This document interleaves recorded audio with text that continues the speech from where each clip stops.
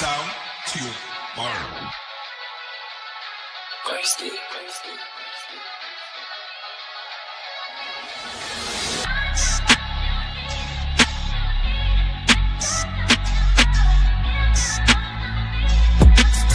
Sent the message out telling all the fiends that trying to make rent, I was never home.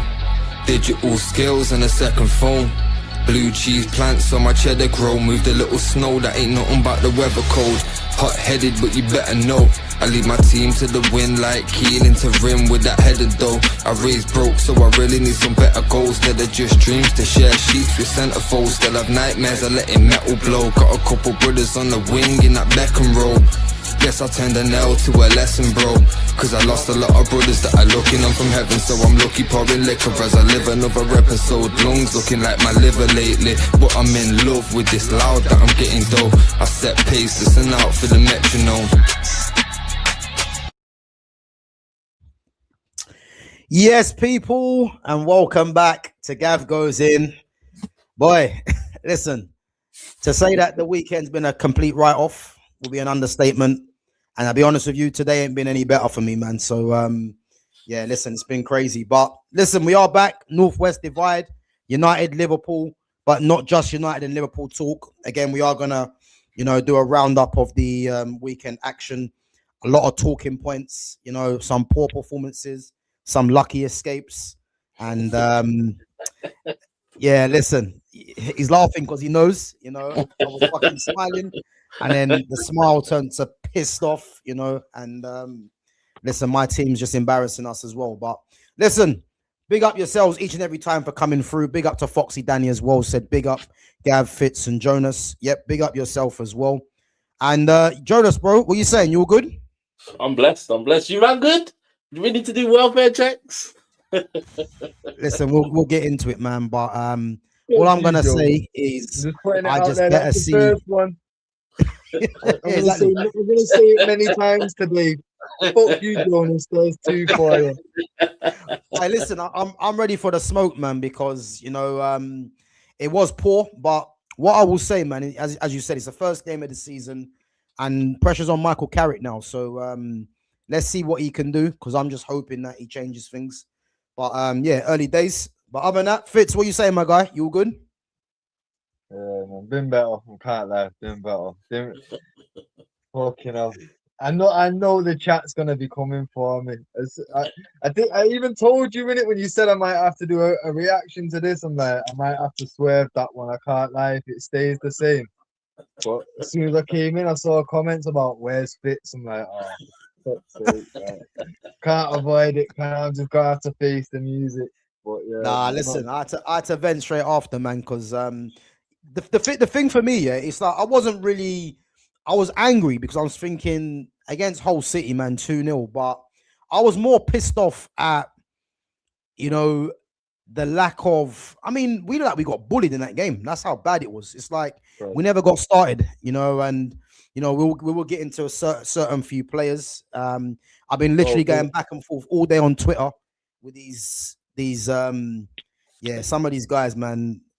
I don't know what to say, man. There's something wrong with these guys completely. But I'm not gonna lie. When we get to our shit, I've got a few names that normally I don't even call these man out, but I have to. I'm critical when it comes to other fucking teams and their defenders. So I've got to do the same with ours, innit? But yeah, bro, don't worry, man. Keep it warm. Just keep it warm, because we are gonna start off with Liverpool, and then we'll get into United after, and then we'll do the roundup. But Jonas, talk to me, man. What did you make of that performance? Because first off, yeah, I know you're probably gonna have the same opinion on this as well, yeah. But the first thing I said watching that Liverpool and Newcastle game was, I like Iraola as a coach. Yeah, I think he's actually good. Yeah. But you know where I lost respect for him. Go on. Rio Ngamoa. Yeah. Rio is a left winger. Yeah. He's the youngest player in that lineup. Yeah. So give the boy a chance, man, and just play him on his strongest position rather than just trying to shoehorn in Cody Gakpo. Because for me, Rio got taken off and he looked out of sorts, but only because he's up against a very good left back in Lewis Hall. But not to mention, when you're someone that plays the way he does, a lot of his game is cutting in and being unpredictable, yeah? But he does his best work from the left-hand side. So I need to know why Iriola thought it was a good choice to play him on the right and keep Cody Gakpo on the left, even though Cody Gakpo is more experienced. What did you make of the game anyway in general? And Cody Gakpo has that thing where 30 yards out, it was a great thing I saw the other day. 30 yards out, banger. 5 yards from the goal line, what do I do with it? Yeah. What do I do with it? And that's why he's frustrating to watch. Because he's brilliant. He's brilliant. Like when he's 30 yards out, 40 yards. But again, you know what he's gonna do. Rio's more unpredictable. There's a lot more going on. But no, I think Newcastle was always going to be tough. It was always going to be a tough game. They're always up for a game. No matter when we go, they're always up for a game. And as much as people go, they've lost such and such, fucking my man's pace was ridiculous to outpace Kirkes. Like he comes from behind Kirkes and just starts running. Oh, Ilanga, yeah, I just knew he was never going to catch him, brother. He's quick. Like he is fucking quick, bro. He's rapid, so, man, to get him on that side and as quick as it was, in my head, we were sat and my first thought was, why didn't Gravenberch hit it? You've created the gap. Why would you not go for the shot?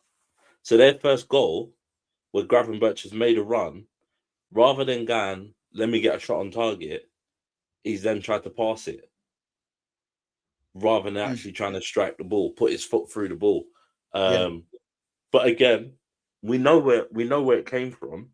It's because Gravenberch. It's because the three midfielders are all high up the pitch.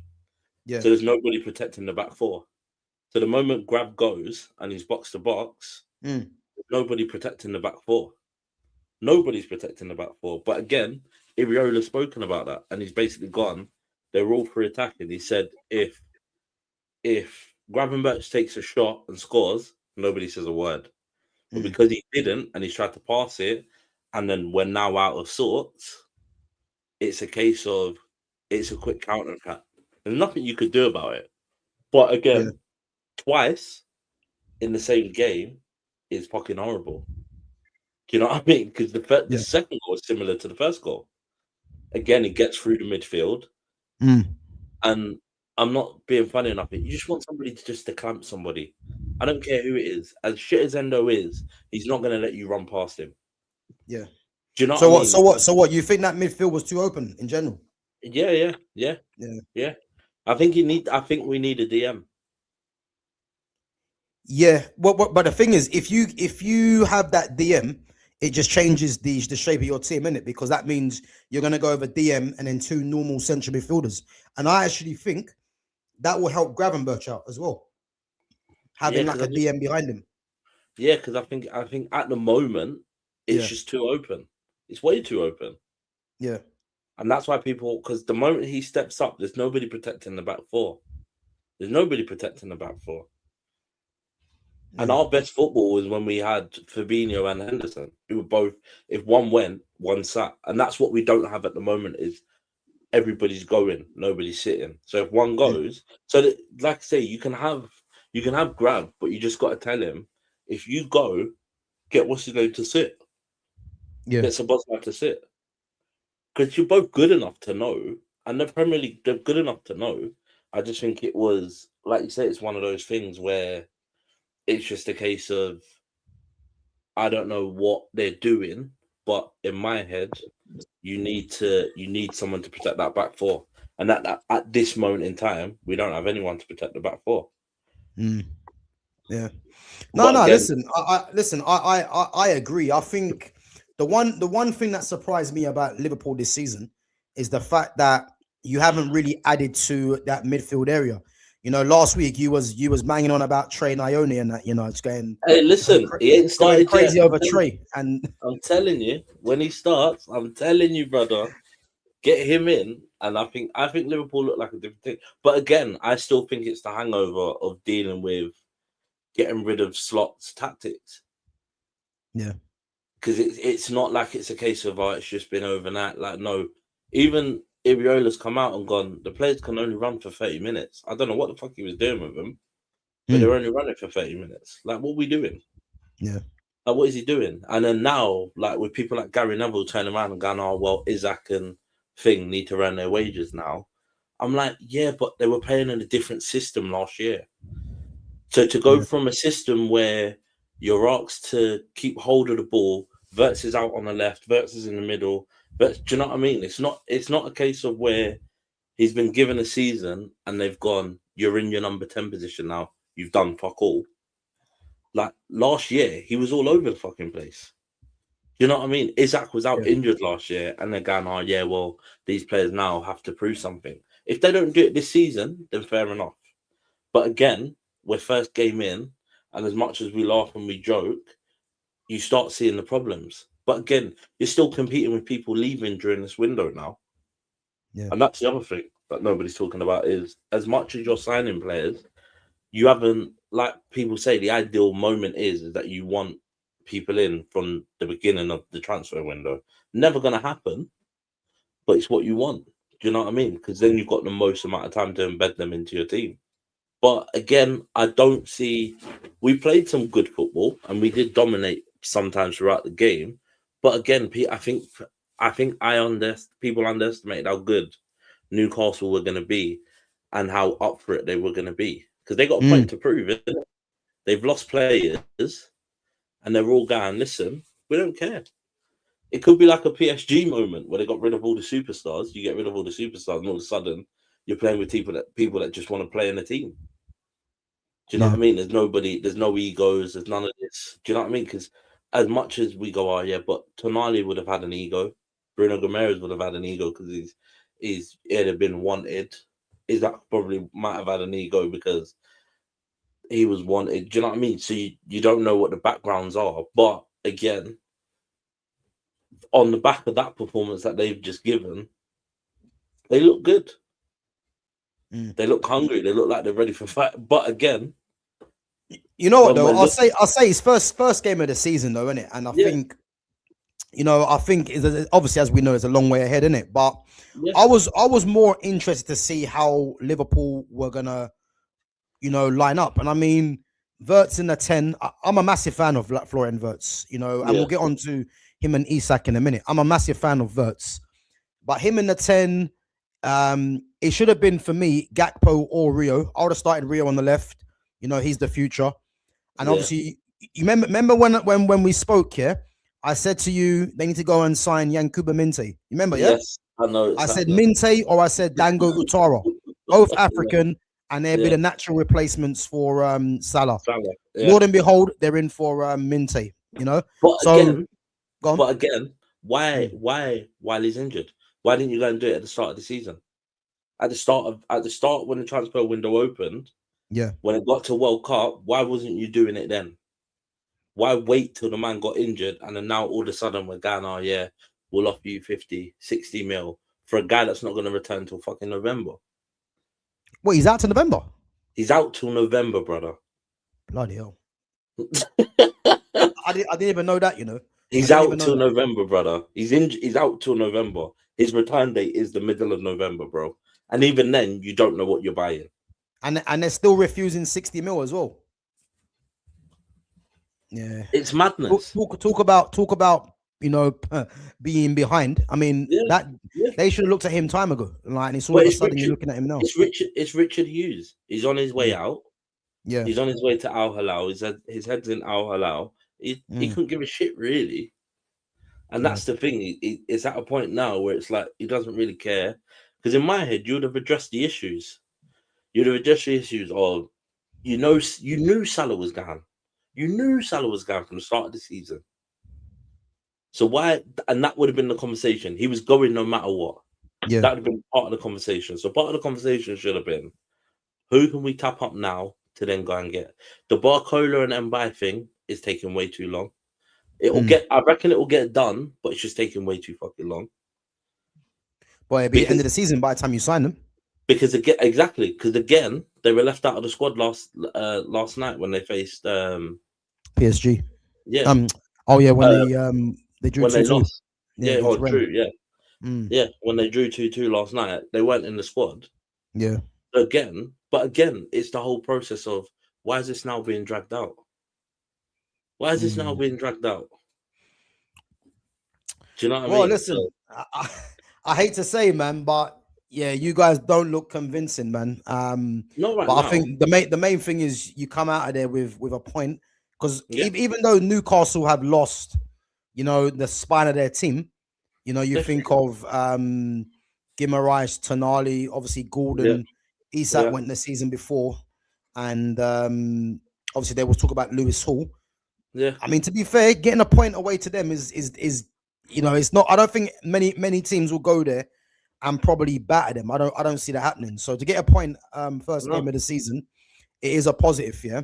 But I want to ask you both actually, and I'll start with you, Fitz. Yeah, have you guys seen the comments made by Gary Neville on Wirtz and Isak? Yeah. Nah. You haven't heard of it? Nah, but I don't pay attention to Neville. Fuck that.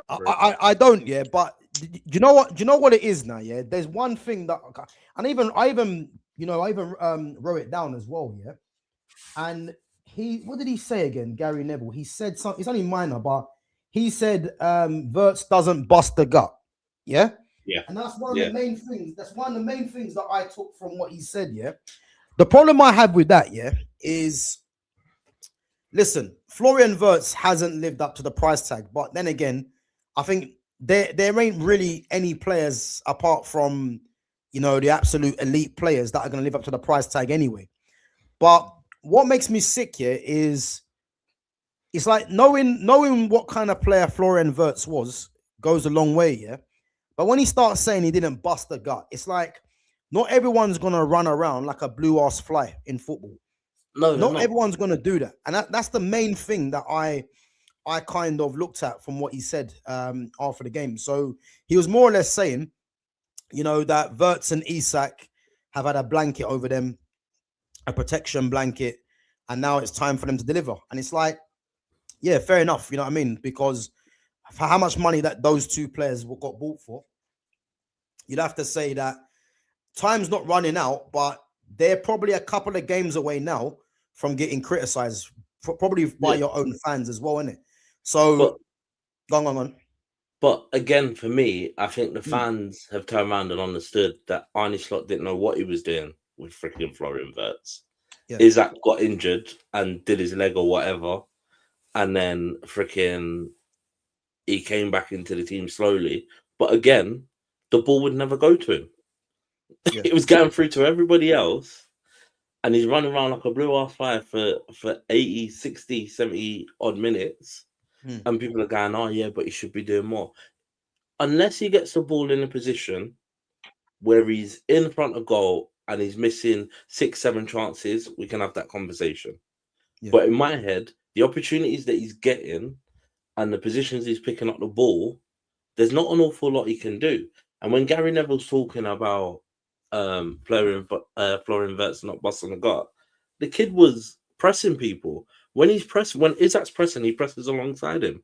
So I don't know what he wants him to do. I don't know where he wants him to be, because he's pressuring with the ball. And do you know what I mean? What do you want him to do? Yeah. Like, I just think when it's an easy scapegoat because they cost a lot of money, and he's just thinking to himself, he's gonna come out with something, and the majority of people are gonna agree with, because all they can point to is the fact that Wirtz ain't scoring goals. Liverpool are struggling, so the easy thing would be to go on to Wirtz and Isak. So that's the angle he's going at. Yeah. But I just didn't respect when he's saying about busting the gut, because it's like you're just referring to players busting the gut because the kind of player that you was, and not every player is like that. You know what I'm trying to say? Like Florian Wirtz has never been a player to be busting a gut like the way that Gary Neville's saying, isn't it? If you're going to say that Florian Wirtz needs to do a lot more in terms of being that creative spark for his team, then cool, innit? But the whole busting the gut, I think he said something about those two are too nice as well. You know what I'm trying to say? Like, so yeah, he was criticizing them, and I know a lot of fans are going to be saying, yeah, he was right, but I don't know, man. I think, knowing the kind of players they are, you can't be expecting the likes of Verts to be busting the gut when he's never really been that kind of player in the first place. You know what I'm trying to say? So I thought that was odd. Let me just go on some of the comments, and then for Fitz, I'll get your take on it as well, and then we'll just get a take on some of the performances. Predictions for tonight's game. So Chelsea, Fulham, West London derby. You know what? I'm gonna go for. Chelsea I'm should gonna win. go. Thinking 1-1 or 2-1. What did I say? My prediction? Did I say? I think I said 2-1, didn't I? Chelsea. Did I go 2-1 Chelsea? No. I don't know. I'm not too sure. I'm gonna say 2-1 Chelsea. I'm gonna say 2-1 Chelsea. What do you man reckon? I went 2-0 Chelsea because they ain't got no one going forward anymore for them. But yeah, fucking. Speaking of predictions, the prediction league is looking well for some, but not for others, isn't it, Gav? It's been a terrible week, man. I can't even lie. Bro, sitting top of the table by a country mile. Listen, just keep that seat warm for me, yeah. The cream always rises to the top. That's what I'm gonna say, man. I'll be there very, very soon. No, not from the very bottom. At the very bottom lies stones and rocks. That's where they stay. I ain't gonna lie, man. 10 points is killing me. I can't even lie. 10 points. Yeah. Sat there on 120, bro. I could double yours and still stay top. I could give you an extra 10 and still stay top. Listen, don't talk too quick, yeah, because that table we flipped up. I'm telling you. You watch the next round of games, yeah. You watch the next round of games. I'm not having it. I'm telling you. Nah, I hear it. I'm sounding like an Arsenal fan, but fuck it, they do it, so I'm gonna make the most of it while I can. What's this? The first match was just a trailer. It's going to get much, much worse for the Glazers. United have been shambolic in this transfer window. Listen, we're going to touch on that in a bit, man. I think it's very reactionary from some fans, but listen, we live in a world, man, where, people do this a lot. Because next week we can go and beat Ipswich, and then, it'll be back to the drawing board for a lot of it. I'm trying to say. So I think, listen, we'll touch on that in a minute. Casemiro's absence in the locker room and soccer field would be difficult to replace. I agree. But for too long, you man have been telling me about Bruno Fernandes, so I don't really want to be hearing that, to be honest with you. Football field, please. Let's do it right. Trust me. I personally expect Isak and Verts to both hit hard numbers this season, and nothing is definite until the transfer window closes. Yeah, listen, I think they'll have a better season. How many goals and assists they get, I don't know, but I definitely think they'll have a better season. Please make sure you smash that like button when you come through as well. Hot take: Ipswich win the league. Verbic, what you been smoking, man? You been smoking? That's not a hot take. That's a dumb take. You know what I mean? You know what I'm trying to say. Big up to Babs One Diva as well. Big up to yourself each and every time. Fitz. So, what did you make of that Newcastle Liverpool game? Did you see it? Yeah. I've got a few things to discuss. Jonas, where you? Wait, can I ask a question before you do that? Yeah. Chat to me. Does one of them include the man with the hairband? Well, both of them. Well, I've got 2 points to discuss him. To be fair, so hey, run away with it, God. You see that very first goal, yeah, bro. When they broke free off Gravenberch's bad pass, fucking Virgil had a choice to make, and my man decided, I'm just gonna make my way back to my own box. I feel safer there, and that's all he did. And like, bro. Literally, like as soon as man started breaking and he's looking at the man breaking at him, one arm's gone to the side like that, like he's trying to delegate to somebody else, and then he just turned and started running to his own box. That to me, like, bro, fuck it. If you like, you've got to. If you're a centre back, the captain of the club, why the fuck aren't you standing ground?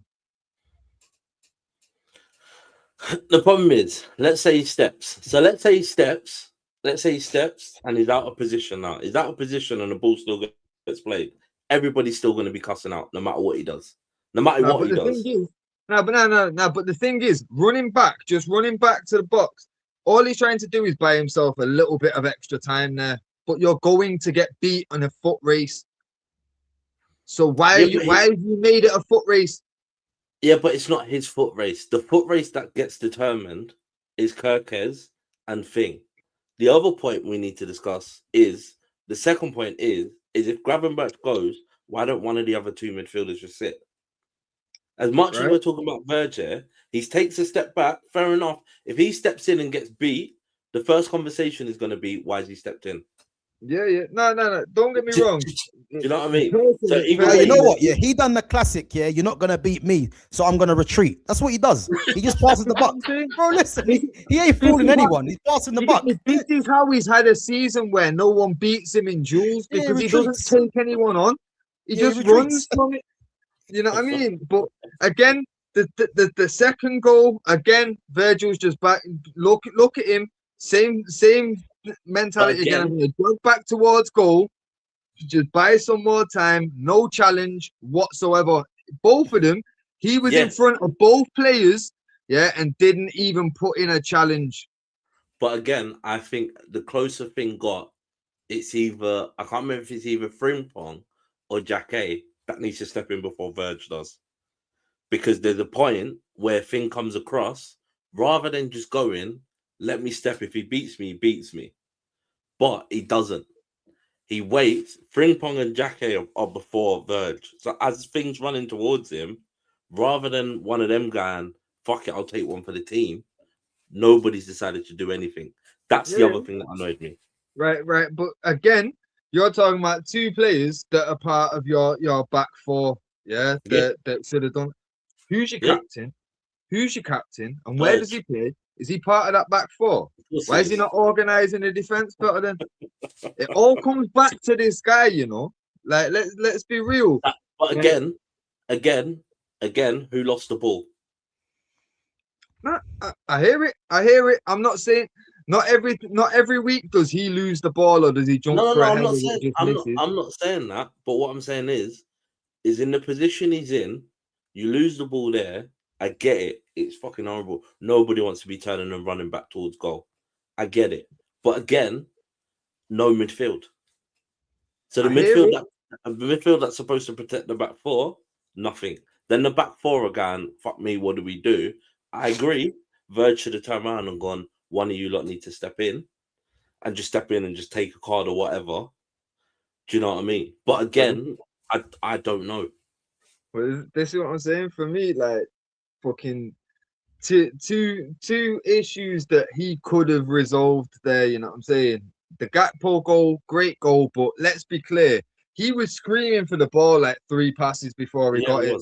He was in bags of space. Like, he had absolutely no right to have that opportunity. Like, man just backed all the way away from him like he smelt badly or something. You get me, like. But he took that opportunity and fucking you can't knock him. Like, great finish, innit? And obviously Szoboszlai took a good penalty, but that was a soft penalty shout though for me. It was just a clash of knees. Lewis Hall knew that he wasn't going to get in there quick enough, so he didn't actually make the challenge. If you look, it was just knees clashing. Yeah. And obviously that Munoz or however you pronounce it, my man just. You see him when the camera went to him on the floor, my man's screaming with his eye wide open, like, bro, you could see no when the eyes and the face don't match. Like, bro, man's got no pain in his body whatsoever, but he's screaming like that. Like, yo, bro, this guy's a dickhead, you know. But like I say, I'm not gonna lie, I did predict that it was gonna be a 2-2. That helped me get to the top of the league. So I was thankful for that soft penalty in the end. But I also knew, like, bear in mind, I said I think Newcastle will get relegated. I just knew that attacking, going forward, you will get goals. Every game you will get goals. Yeah. But every game you're going to concede as well. It's just the case, can you outscore teams? I just think he needs to sort whoever's in that midfield. Just sort it in the midfield. Because I think last year, Gravenberch said I was given more license to go forward. So whether the conversation is, that's fine, Grav, I'm just not going to pay you as part of a free then. I'm going to have to get one of these lot to sit. Whoever's got a breakup play, I need one of you lot to sit. But again, for me, you've got probably 2 or 3 players at Liverpool that can probably do that. But again, it's the risk of these are big games. Am I willing to play him? Sometimes you got to risk it. I hear it. I hear it. What did you make of Jeremy Jackie? Do you know what? I think he looks very good. You know, Driving forward. Yeah, he was very good with the ball at his feet. Yeah, unreal going forward. The thing is though, yeah, when I see him play, yeah, it makes me think to myself that we're failing Lenny Yoro, because Lenny Yoro can do what Jackie was doing as well, you know. So I just hope Carrick's seeing the way that Iraola used him. He's got the same thing in he's going to do the same thing with Yoro, to be fair, because the fact that Yoro got 0 minutes against Hull City is mad. But it's just his driving forward, isn't it? It's his drive. He picks up the ball, and rather than go, I'm just gonna go. So because sometimes we'll just be like, yeah, I'm just gonna go right. If it comes back, I can either go in the middle or take this man on and beat him. And then all of a sudden he's in all this space. Do you know who reminds me of? Do you remember when Liverpool had Matip, and Matip used to go on a stupid run and used to think, where the hell are you going? But he used to beat like 3 players. That's what Jack A is. Jack A is a man a bit more composed, whereas Matip was like all dangly legs, like he didn't know if she was gonna get the ball.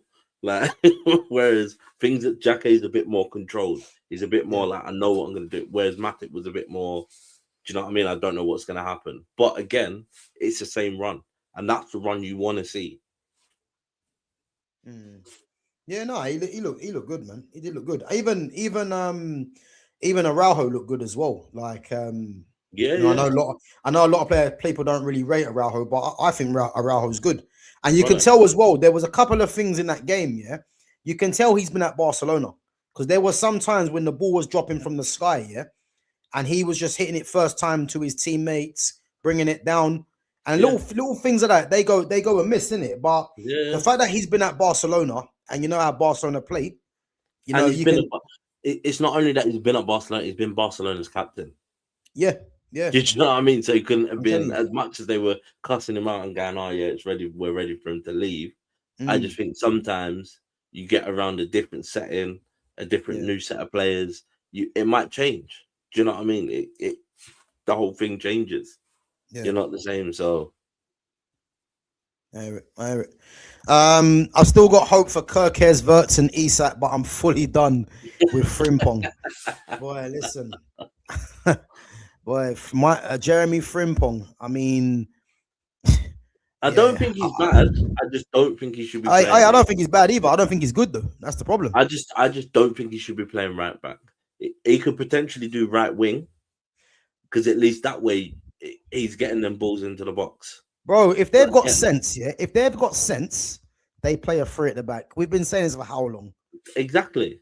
You've got 3 defenders there as well. If you want to protect Van Dijk as well, I'm telling you, man. Bro, and you got to think, Leone's not even played yet. Yeah. I know you rate him highly as well, isn't it? Brother, he gets into that team, him and Jackie will probably be Liverpool's new centre partnership. Headers though, yeah. Unpopular, yeah. They play a back 3, Araujo in the middle of it, Jackie and Leone either side. Yeah, I'm telling you. With Kirkes, Frimpong as the wing backs. Yeah. Then you've got Gravenberch, Szoboszlai in there. He offers the energy. Florian Wirtz, Isak. And then Ekitike when he's back. Put Rio in there. I'm telling you, man. Yeah, Minte if you get him. Like there is hope there, but I don't think Iraola is going to go to a 3 at the back. But I think from that game, man, Wirtz, Isak again. You know, I think until they're getting chances to play regularly together. You know, if Isak gets, because there's a chance that Kirkes should have literally had a tap, should have put it on the plate for Isak. You know, but he overhit the pass and then it went out. And that could have been a tapping for him. But in terms of, that penalty from Szoboszlai, boy, you could have put 2 keepers in there. They were never saving that. Not saving that. Not saving that. The worst thing I see from Liverpool, though, is that I'm seeing a lot of Liverpool fans and even the pundits they're actually saying that Szoboszlai is Liverpool's best player. I think Szoboszlai is a good player, but if he's your best player, that's a problem. It's a problem. Why though? Why? Because when you look at Szoboszlai, yeah, what would you say is apart from his striking ability, yeah, what's his best other attribute? Would you say?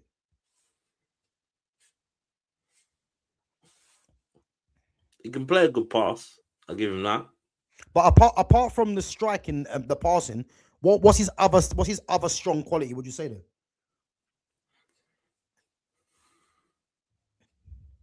I don't know. But that's my whoa. So Yeah. it's his energy, innit? Yeah. He can he's run. just- He can run all day, yeah. And for me, if you've got a player like that, and again, I'm not saying that Szoboszlai is a bad player, but if your best player is a guy that runs around and he can strike a ball, it's not really a good sign for me personally. You know what I'm trying to say? If he's Yeah. your best player, you know. But yeah, listen, I think you guys getting the point is the main thing. Yeah. How you? I mean, who you guys got next game anyway? I'll tell you. So I've got the fixtures here. Use man, I've Okay. got Forest. Oh Is that yeah. at home? Yeah, Yeah. at home. Yeah. Yeah. So you'll be looking for 3 points. 3 points there, man. Definitely. Yeah, but I don't know. I just think that it's one of them things that I think obviously you will know yourself, innit? You expect a better performance, but a lot of it depends on what you do to the end of the window. Because I actually do think if you get the attackers in that you've been looking at, you know, it could. I'm not saying Barcola's a well beater. He's not. I like Mbai, man. I think Mbai is going to be special, man. But if you get those two over the line, then you never know, innit? It could change your fortunes, innit? I just think my personal thing is I just think he needs to get someone grounded in the middle. Yeah. He just needs to get someone grounded in the middle. That's all I Yeah. want. Like I don't What care. do you think of what do you think of McAllister though? I like McAllister. Hmm. I just don't know. Like McAllister for me, he won't be your DM. He'll play alongside your DM. It'd be more like we got too many 6s and 8s and not enough of a DM. Do you know what I mean? But the thing is, your midfield are all 8s. Gravenberch, McAllister, and Szoboszlai are all 8s. There's not one. The only 6 you have is Endo, and he's shit. you know what I'm trying to say? But again, I don't know if he's gonna Or Trey. play. I don't know if he's gonna play Trainioni. I don't know if he's gonna play Batatic as a number 6. Yeah. Do you know what I mean? But Batatic's got a year left on his contract. Mm.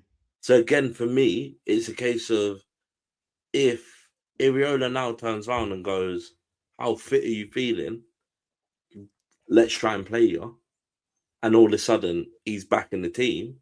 It could look different. Or what he could decide to do is if he's playing Virgin Jacquet, he could decide I'm just gonna play either Araujo or fucking Leone as a CDM.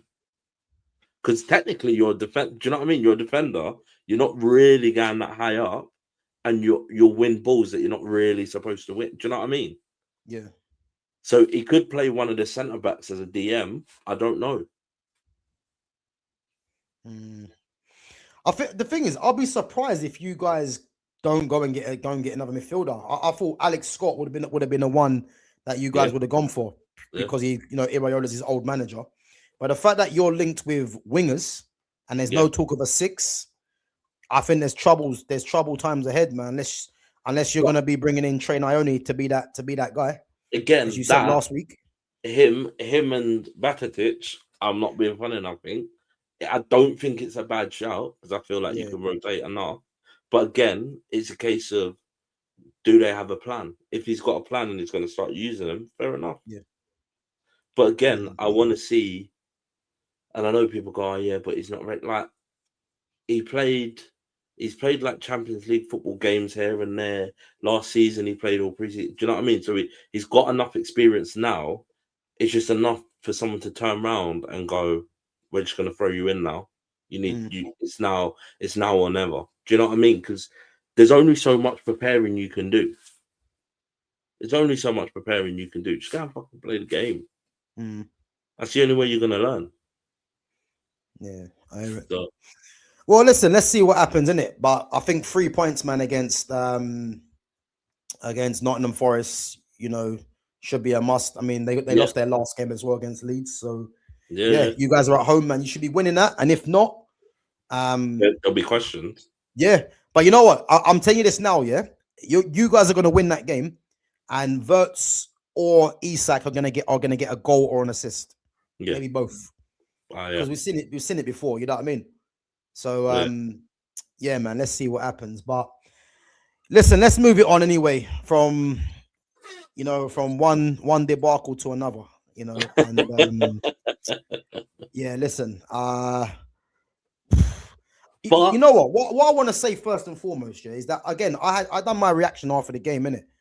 And I don't think there's time to get carried away with Manchester United. I think one game, you're gonna get the same old people saying this is why the window was shit, this and that, and this is why Michael Carrick should have been backed. You're gonna get people just doing the most.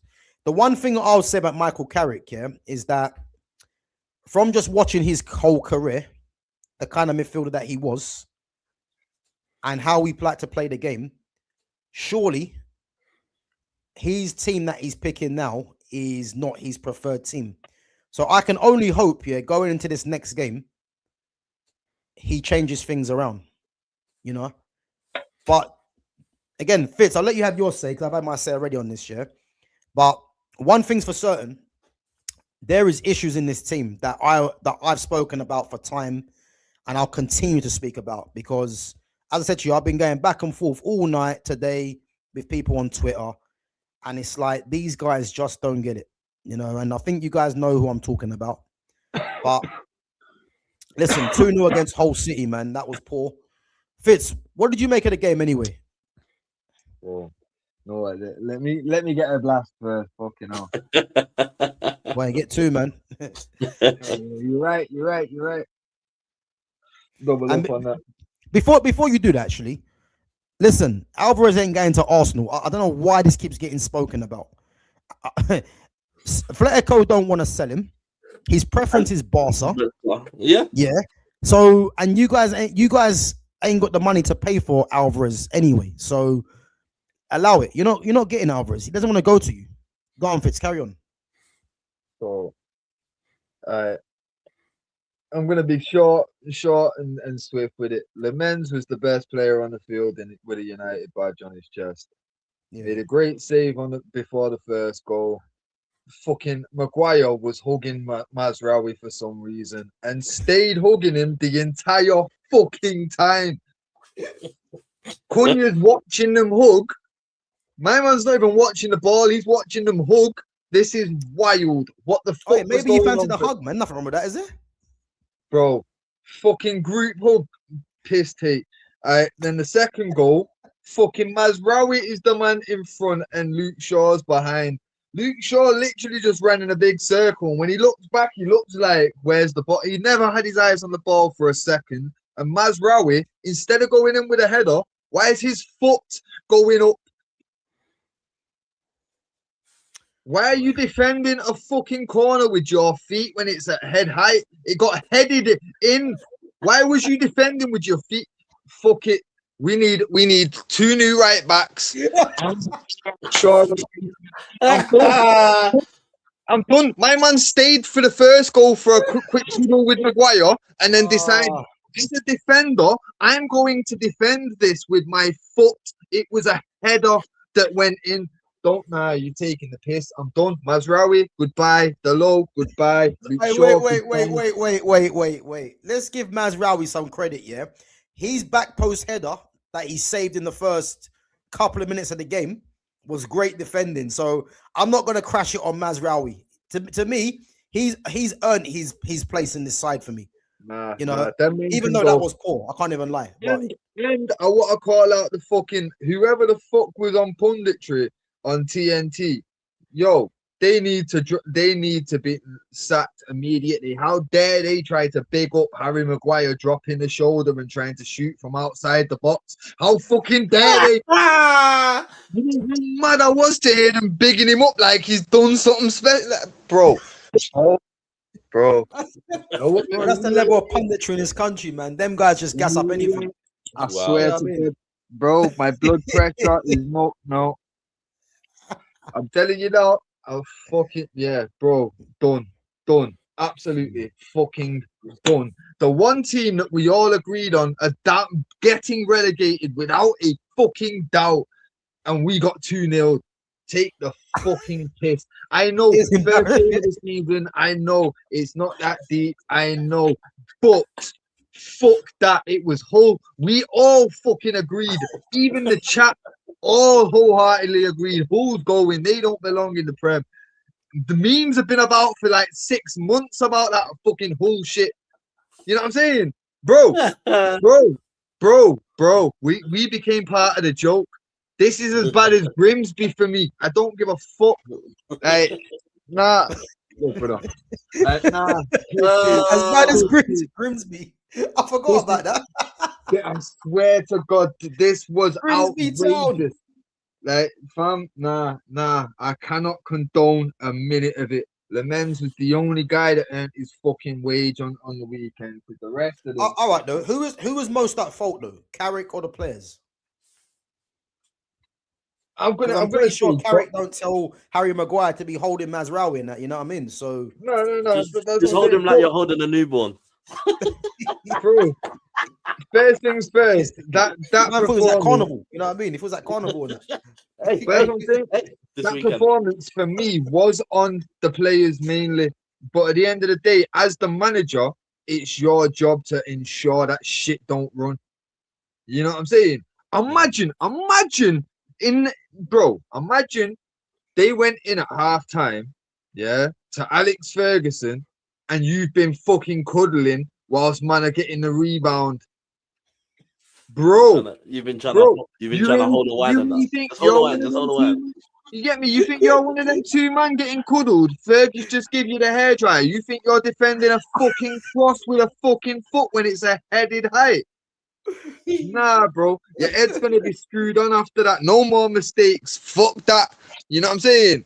Man, I'll be walking home from home, bro. Hey, did they ask Harry Maguire after the game why he was holding Mazraoui? I'd have loved to have known, but no one will call this shit out because it's good old Harry. Yeah. I hear it. Fucking pissed. Like I say, why the fuck he was dropping the shoulder and taking shots from outside the box in the first place? Never mind getting praised for the fucking thing. Like, bro, you're taking the piss. Who do you think you are, bro? But again, this you know what it is now, yeah? It's funny you mentioned that, yeah? Because the very fact that they're praising Harry Maguire for doing that, yeah, it just shows you the problem in itself. Because if that was Aiden Heaven doing that, let's say for argument's sake, they'll be saying, "Oh, there's Aiden Heaven showing his inexperience." But Harry Maguire's getting praised for doing that, and that's why the punditry in this country, you just have to laugh, man. These guys don't know. These guys don't know what time it is. You know what I'm trying to say? So forget all that, man. But yeah, listen, I think Carrick, as I said, was. I want to say he was partly at fault, yeah, with the lineup, because big up to Exedra as well, yeah, because he was spot on. He said he's not sure about that team, yeah. I predicted the team he was going to play, but the problem is, the biggest problem I have, and I said it as well at the time, you see the front four, for some reason, yeah, I don't know whether it's a mental illness, you know, or there's just something seriously wrong with Manchester United, yeah? Because why is it every manager that we have seems to play the wrong attack? It doesn't make any sense, yeah? How can you play an attack of Bruno in the 10, yeah, who's not a 10, Mbuemo, Cunha, and what's his name? Patrick Dorgu, yeah? And the biggest problem for me with that front line, you've got no control in that front line. You've got a maverick in Cunha, Embuemo is better running onto balls. Bruno likes to play Hollywood balls. Yeah. And then you've got Patrick Dorgu, who's a bit of both, but probably more on the athlete side. Yeah. What makes anyone think that that front line will ever work? This is why I said, yeah, when Ten Hag had the cheek to play Bruno, Garnacho, Rashford, and Højlund, it's the same thing. There's no control in that front line. Are we surprised that we don't build our way into games when you've got Bruno Fernandes playing in that 10, and then you've just got pure runners either side? The whole thing just makes no sense, yeah. But what I don't rate about what Carrick done, yeah, and bearing in mind I do rate Carrick, yeah, but what Carrick done was a coward's move, yeah. Patrick Dorgu has been probably he's one of his best players since he's come into the team. Yes, he got that injury towards the end of last season, but his preseason he's been good. All of a sudden, yeah, he has I won't gonna say he was poor, but he has an average first half. And then what happened? You see Bruno Fernandes trying to throw his hands up to him like he always fucking does, yeah. And all of a sudden, because bro, you know what it is now, yeah. What people have to realize, Bruno Fernandes is a massive problem because what he'll start doing, he'll start berating players, yeah, as if he does no wrong, Yeah, and that will feed into the fans, and it feeds into obviously to the management, because all of a sudden, Patrick Dorgu has an average first half. He comes off to put Rashford on, and now all we're hearing now is Rashford looked very direct. He looked threatening. Rashford to start the game now, and it's like Patrick Dorgu's had a tough time since he's come to the club. He's fought his way back, all for him to get hauled off in the first half against Hull City, like he was the problem, and then Marcus, who's on 3-2-5, is now back in the team. Like the whole thing's nonsense, and I don't rate Carrick for doing that, by the way, yeah. And I'm gonna touch on this as well before I let you come in, Fitz, yeah. Yeah. For all those fans, yeah, that are saying Yuri Tillemans was shit, yeah. Let me tell you this now, and this is unpopular for a lot of you, yeah. Yuri Tillemans needs to be playing where Bruno's playing. Work that one out. Yuri Tillemans is not a double pivot player. He can play there, but with his lack of physicality, you don't really want to be playing him there. Yeah, he needs to be playing where Bruno's playing because he's better in the tight in the tight spaces that Bruno's not. So I'm gonna tell you this again, yeah. He needs to be playing where Bruno's playing. It's that simple. Fitz, what did you make anyway of that midfield shambles, man? Now, to be fair, definitely wouldn't have been my choice of fucking from. Well, let's be clear, front four in it because Bruno. But again, that's another point. Like Bruno constantly playing as a fourth attacker, like we don't need it. You know what I mean? Like realistically, if Tielemans was playing there, he wouldn't be playing as like a secondary striker or a shadow striker. Exactly. You know what I mean? He'd be playing it the way that it needs, where it's going to be deeper. You know what I'm saying? To give your midfield more control. Yeah. So for me, that's already a given. Like that's already a problem that's been addressed. For me, the Dorgu thing, I don't know why they keep playing him at fucking like left wing. Leave him at left back. We need a fucking full-time left back because Luke Shaw isn't it. Luke Shaw, if you use him right, we could get him through a season. But if he's gonna be your first choice left back, you're fucked. You know what I'm saying? He's that guy that the experience. He can come in when we need to get through certain games or certain fixtures where it's like, look, we could do with the experience in this one. Bang him in. Cool, can do a job, and he's not too bad when he's on his day.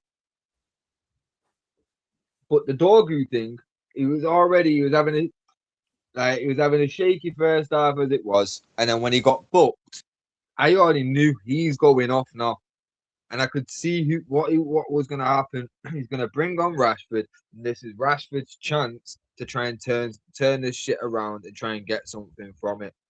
Yeah, and obviously, like. It didn't happen for Rashford, but you know full well what the storyline would have been if he could have pulled that round. You know what I mean? Or been involved in a turnaround. The fact that it didn't happen, they've had to, like, the media's had to pivot to the whole, he looked good at this, that, and the next, and that's influenced everybody else. Cause let's be clear, I do not feel any outfield player deserves any kind of credit for that game. Yeah. Nothing at all. I do not want to hear praise for nobody because they were all as bad as each other. Certain ones were worse. Let's not get twisted. But everyone was bad across the board. Some people were abysmal, but it doesn't matter. When everybody else is bad, what's abysmal when everyone's bad? You know what I'm saying? But the thing is, who are you blaming for that though? Are you blaming Carrick for that? Personally, I'm blaming the players because ultimately they're getting paid enough where it doesn't matter what the manager says. When you're on that pitch, you should be putting in a lot more fucking effort. You should be trying harder. Yeah. And I know it's not a case of just trying hard, you know what I'm saying? But you know what I'm saying? There was a real lack of anything being put into that game by anyone. It literally felt like we were watching a pre-season. Now, for me, yeah, the players are to blame to a certain extent, but the manager has to be the one that ultimately takes the blame for it. Because how the fuck has he allowed them man to walk onto that pitch like in that state? Furthermore, bro, even if he thought these guys might not seem too up for it, but I'll give them benefit of the doubt. It doesn't take long to identify problems, and this is what I was talking to a few games into with Carrick. As soon as we got past the first two fixtures, the Arsenal and the City games, I was saying to you, it's taking him a while, even though we were scraping victories by. It was taking him too long to identify issues on the pitch during the game. Yeah. And bro, if he couldn't pick up by the 15th, 20th minute that, you know what, something needs changing here. I need to get a message onto that pitch somewhere. Bro, you're being paid to be the manager of Manchester United, and you have played for Manchester United and won the lot there, so you know what it means. How the fuck are you not going to take responsibility for your players turning up with no effort, no motivation, that's on you to ensure that, you know what I'm saying? So I feel like everyone was at fault essentially. Lamens was the only guy that looked like he gave a fuck. Even Carrick, like I say, he looked frustrated, but he didn't look too emotionally invested in the shots that I seen of him on the fucking sideline. The men's looked like he was invested. Nobody else really showed me anything to suggest otherwise. They were all fucking, like I say, it felt like I was watching a preseason, like from the effort that the players were giving. It felt surreal. This shouldn't be the first game of the season. First game of the season, everyone's meant to be buzzing, energetic, alive. You get me? We just weren't any of that. We just didn't want anything to do with the game in general. I've heard a lot of people say as well that United look tired and lethargic, innit? And I think there's something going on. I think Yuri Tillemans come out and said that they've been doing more ball work as well. And but yeah, listen, I think it's a poor result, man. Let's be honest, man. It's shocking because we were all looking at Hull City, man, as the banter boys, you know, to go back down, and they smoked us 2-0. Let's be real. It could have been worse as well, bro. Like that's how bad it was. You know what I mean? Bro, so we as United fans looked at our first 3-4 games and thought, you know what, this is get us off to a nice little start. This, you know what I mean?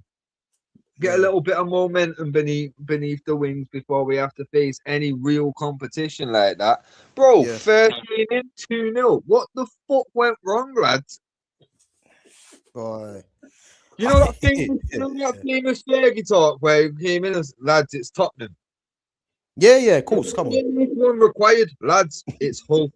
Ensure you do your fucking job. Their manager was saying, lads, it's United. Yeah. Literally, boys. It's United. Oh, man. It's 3 points on the board there, boys. Yeah, trust me. The thing is though with Carrick, I think the biggest problem I don't actually think Carrick knows his best lineup. You know that. I don't think Carrick thinks he knows his best lineup. So do you think he's just feeling his way through the squad right now? Say again. Do you think he's feeling his way through the squad right now? Like, what do I know go what? with? I honestly don't know, yeah, because you know that obviously, as we know with politics in football, yeah, there's some players, whether we like it or not, that have to play, whether it's the wage or pressure. why? I don't know. Why? Because Why can't the he be very fact here that another thing as well, yeah, another thing which I touched on the other day. The very fact that Rashford's come back in, and listen, I actually do think Rashford can contribute to United this season, yeah. But you have to look at the signs, yeah. The very fact that Rashford's come back, he's got number 9 on his back, which is a disgrace anyway, yeah.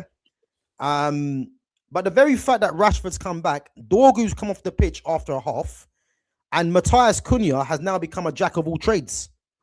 Because Matthias Cunha was brought in as a 10. He can't play 10 because of Bruno. Yeah. So then he plays on the left-hand side. Rashford comes back. He now goes on the right-hand side. Yeah. Like, the whole thing the whole thing's mad. You know what I'm trying to say? Yeah, but it's like that whole thing. It's like what you were saying. So, like, did you hear, and keeping in the same breath with like players that think they're higher than the manager? Did you hear what happened at Real Madrid? Gone with Mbappe, Arjugol, and Mourinho. Nah, go on. Sorry, say that again. So do you know Arjugol, Mbappe? Arjugol, man. Yeah, Arjugol. Hey, don't disrespect him like that. Don't disrespect him like that. Hey, come on. Mbappe and I booked him in all the time. I knew who he was talking about. Bro, I ain't gonna lie. I didn't have a clue. I thought man was saying Ra's al Ghul from Batman. Hey, you might as well be at this point. Right, go on. Apparently, Mourinho turned around to what's his name, and basically, Goulet, you need to stay out right. And Mbappe turned around and went, "Nah, brother, I need you in the middle. You need to be in between the two players so you can create space." You think Mourinho's gonna have that, brother? What? Mbappe said that to Goulet, yeah? Mbappe said that to Goulet, bro. It was all caught on the thing in the tunnel. Apparently, he was like, "But Mourinho's telling me to stay out wide," and he's like, "No, brother, we're not doing that. You need to stay in here because you'll find pockets of space." The dictator strikes again. I'm telling you now. You think that's gonna happen with Mourinho, brother? But check this out. Check this out, though. Yeah, this is where it be interesting, because you remember you got a lot of these fans that said Pogba hounded out the manager and Mourinho and all these other players. Yeah, let's see if they give the same treatment to Mbappe, because Mbappe is popular. Let's see if they give him the same treatment. Yeah. You know what I'm trying to say? It's not so much that Mbappe is popular. It's that he's fucking so much more marketable. Marketable, yeah. Everything to these men comes down to fucking what revenue can we get out of this? How, like, it's a cash cow, innit? And it has been from day dot. You know what I mean? Yeah. And it's going to be like that for a long time because they're building up like his legacy already to the point where they're trying to include him in conversations with guys when he's still mid-20s. So you already know where it's going. If anyone can do that to fucking like Jose, it will be him. No, but that's what I'm saying. To know that it's already started. Like from now, it started. It's player power versus Mourinho, and personally, Mbappe is the only player I think Real Madrid would choose over Jose, just because of the marketability. Yeah, but bro, don't forget, man, the fans are onto Mbappe as well, though. Yeah. It'll be interesting, I'll tell you that much. Yeah. You know what I mean? The fans are onto him, so it will be interesting. That's what I will say. But again, it'll be that power play, and the power play will Carrick turn around and go, "Bruno, you need the whole bench." Listen. And just going off this comment as well, it's the same repeat cycle. Luke, Maguire, Dallo need to go, and for the love of God, bench Bruno. Listen. Bruno Fernandes. It's actually boring now because all what's gonna happen, next week against Ipswich, he might get a goal and assist, and then a lot of these fans will be out in their numbers chatting shit, and then we just go back to square one because these guys don't actually see the bigger problem, you know. And you know what it is as well, yeah. The very fact that Baleba's been signed, yeah, it now makes it difficult for Carrick because you've now got 5 midfielders. If you're looking at Baleba, Andre Santos, Tillemans, Kobbie Mainoo, and Bruno, yeah, you've got five players for 3 positions. Now everything is crying out, yeah, for United to play a 4-3-3, and this is why I said with Yuri Tillemans, yeah, the fact that Yuri Tillemans has been signed, Yuri Tillemans allows for a 4-3-3, yeah, and the thing is, fans are getting onto Yuri already, but you don't actually realize that he needs to be playing in this system where Bruno's playing. You either play him where Bruno's playing, or you just go to a 4-3-3.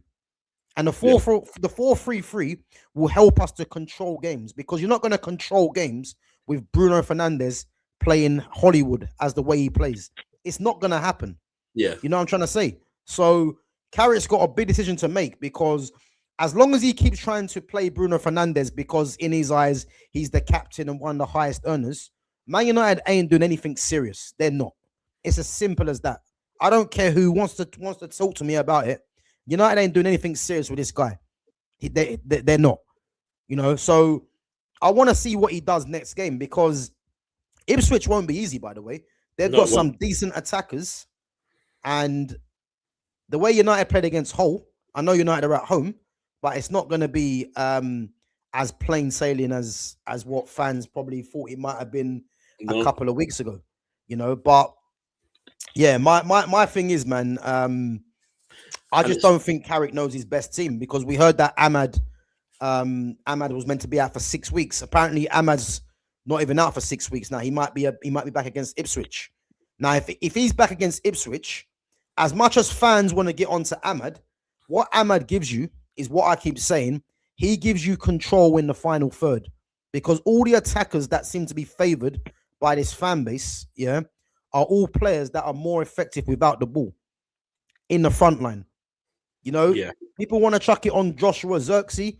At least he keeps hold of the ball. Sesko wants to play he wants to play in the channels, ball over the top. Bruno we've spoken about already. You know, Mbuemo wants to play in the channels. Cunha's a maverick. So you've got the whole front line that Carrick played. Not one of them are interested in keeping the ball. And the thing now with Patrick Dorgu, yeah, is that the very fact that Carrick has shown he can take Dorgu off, it just means that we've now got another player in Marcus Rashford that is more effective without the ball. Yeah. You know what I'm trying to say? So the whole thing is just the whole thing's not even confusing, yeah. It's just boring. So let me go to some of these questions quickly. Forget bench Bruno, just get rid. He's a toxic whinge baby. Listen, been saying that for time, man. The day he leaves, best believe me, man, party hats and everything. Party hats, shades. It'd be a stream for the ages. I promise you. Because this guy, yeah, bro, I'm not even joking, yeah. It'd be shades. Shades will definitely be coming out, party hats and that, yeah. Because this guy, I don't think people deep how much of a problem he is. And the reason he's a problem is because he just disrupts everything positive that we're trying to do right now. Because Carrick wants to play football, but he's the common denominator because he can't play in the half spaces. He's not going to half term. He's weak as piss. You know what I'm trying to say? Yeah. And it's like he's taking up a position where we can go to a free. Like, look at Kobbie Mainoo, for instance, yeah? Kobbie's quite clearly better going forward, by the way. But Kobbie's having to play a 6 to accommodate Bruno. Yuri Tillemans has got to play as a double pivot to accommodate Bruno. Andre Santos comes off to accommodate Bruno. Zirkzee can't get game time if you want to play him in the 10 to accommodate Bruno. Cunha can't play to accommodate Bruno. Everything is about accommodating a guy that gets GA. But when it comes to showing up in the most crucial game of the season, where was he?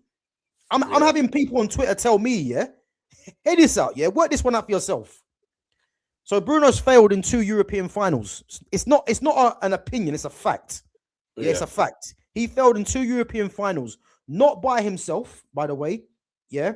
But for someone that's on that money, you would expect him as the captain to get his team over the line. Am I wrong? You know, I'm hearing he's the best 10 in the world. I'm hearing this and that.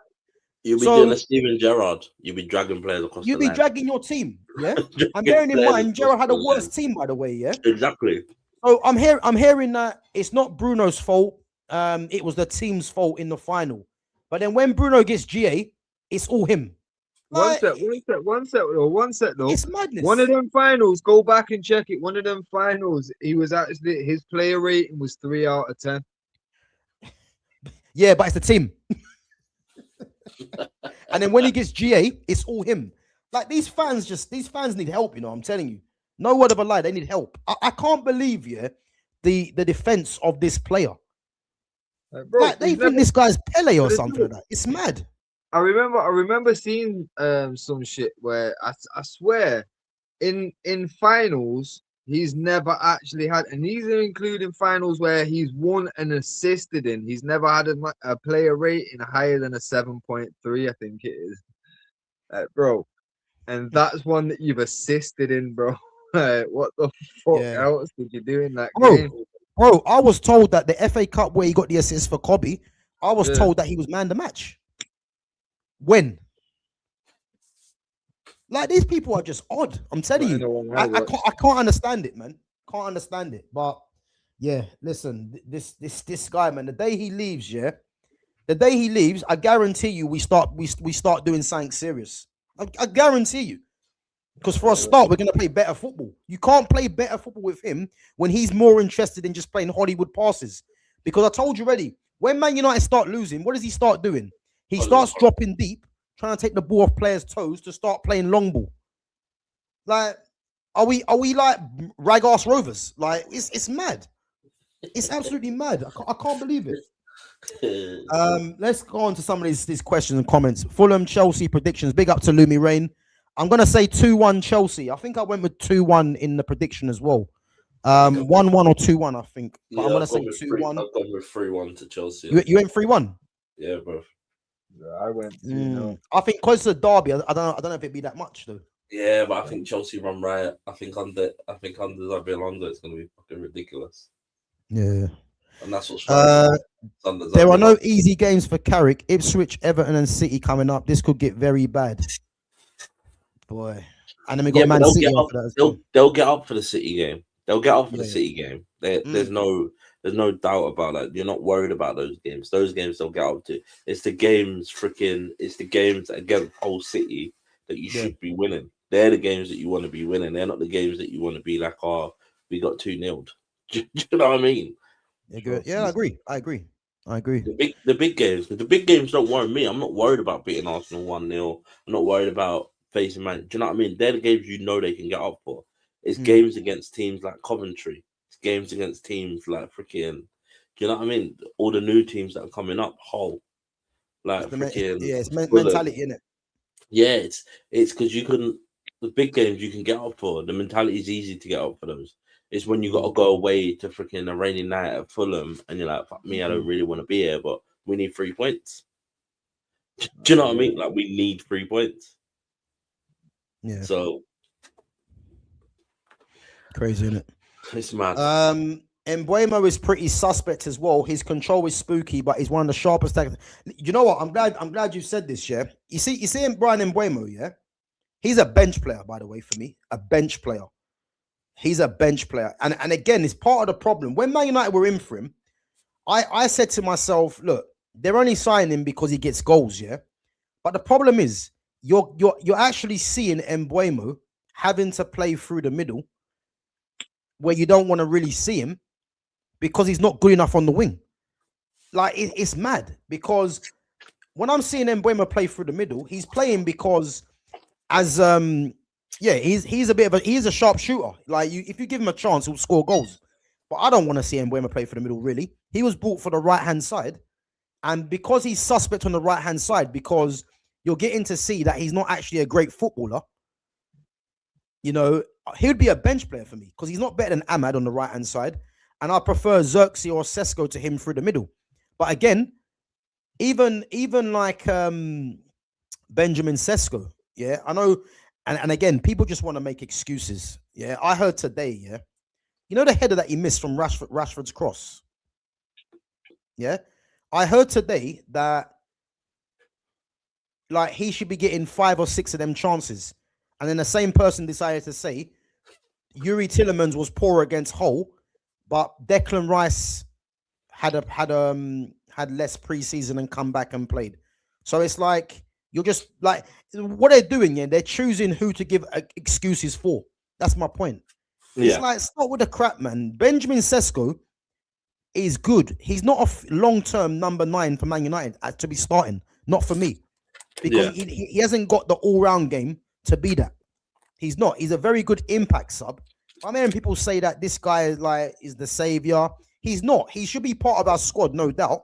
But he's not a starting striker for United. He's not. He just isn't. You know what I'm trying to say? But again, Carrick obviously wants to play Mbeumo through the middle as well, and sometimes does prefer him. So yeah, man, it's crazy, man. I don't know what to say. Yeah, big up yourself, man. Big up. Big up. Big up yourself. What's this? Fabrizio confirms City have contacted biggest load of rubbish. What, Man City want Gakpo? Yeah.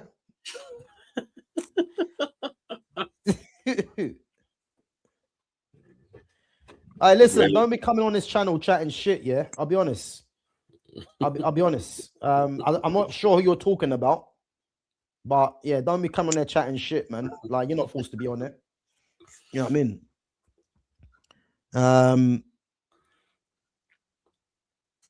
I reckon Man United will get far in the league in this league, along with Liverpool and Arsenal. I reckon Man United will get far in this league along with Liverpool and Arsenal. Listen, it's early days, isn't it? Arsenal are going to be the favourites. You know, we'll get into them in a minute. But now listen, it's not nothing to do with the language, but listen, don't be coming on there disrespecting, man. Like, if you haven't got anything properly to add to the channel, then don't be here. It's just that simple, isn't it? But don't come on there trying to disrespect. How is Jay Avalanche's training going? Whoa. let's just say he was struggling last time. Let's just say he was struggling. But big up yourself, Lumi. Big up. What's this? Bruno is the poster boy at United. He has the freedom to do what he wants on the pitch. Owners don't care as he sells shirts, all about money. Yeah, big up, man. As I said, I think everyone knows this. With anyone that's got functioning pair of eyes knows this, isn't it? But it's a problem. It has been a problem, and it will continue to be a problem as long as United keep doing this. So, yeah, man, I don't know what to say, man. I just want to see what Carrick does next game. But the chances are, I mean, what do you think Carrick changes from next game? Do you think he changes anything? Going off last season, I don't think much. Like, it's not like he's got much of a track record of switching things up completely, innit? Yeah. I think maybe 1 or 2 changes. Maybe he puts Ahmad out on the right, Cunha out on the left, or starts Rashford out on the left, maybe. But I can't see many changes because I say he's always played it safe. I think that's what he's continuing to do. Yeah. And it's not going to work for him for long. Like, he needs to fucking discover what team works best for him and his tactics and his approach. Because right now, this playing it safe shit's it's already run its course for me. You know what I mean? Like I said it from when he first got the job. Like, I can see him doing well. It's just a case of when he gets to the fact that now he's got 4 competitions to play for. Deal with, How yeah. can he do that?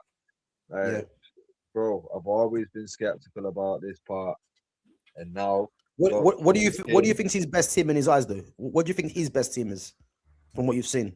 I think he honestly, including Baleba as well when he comes through.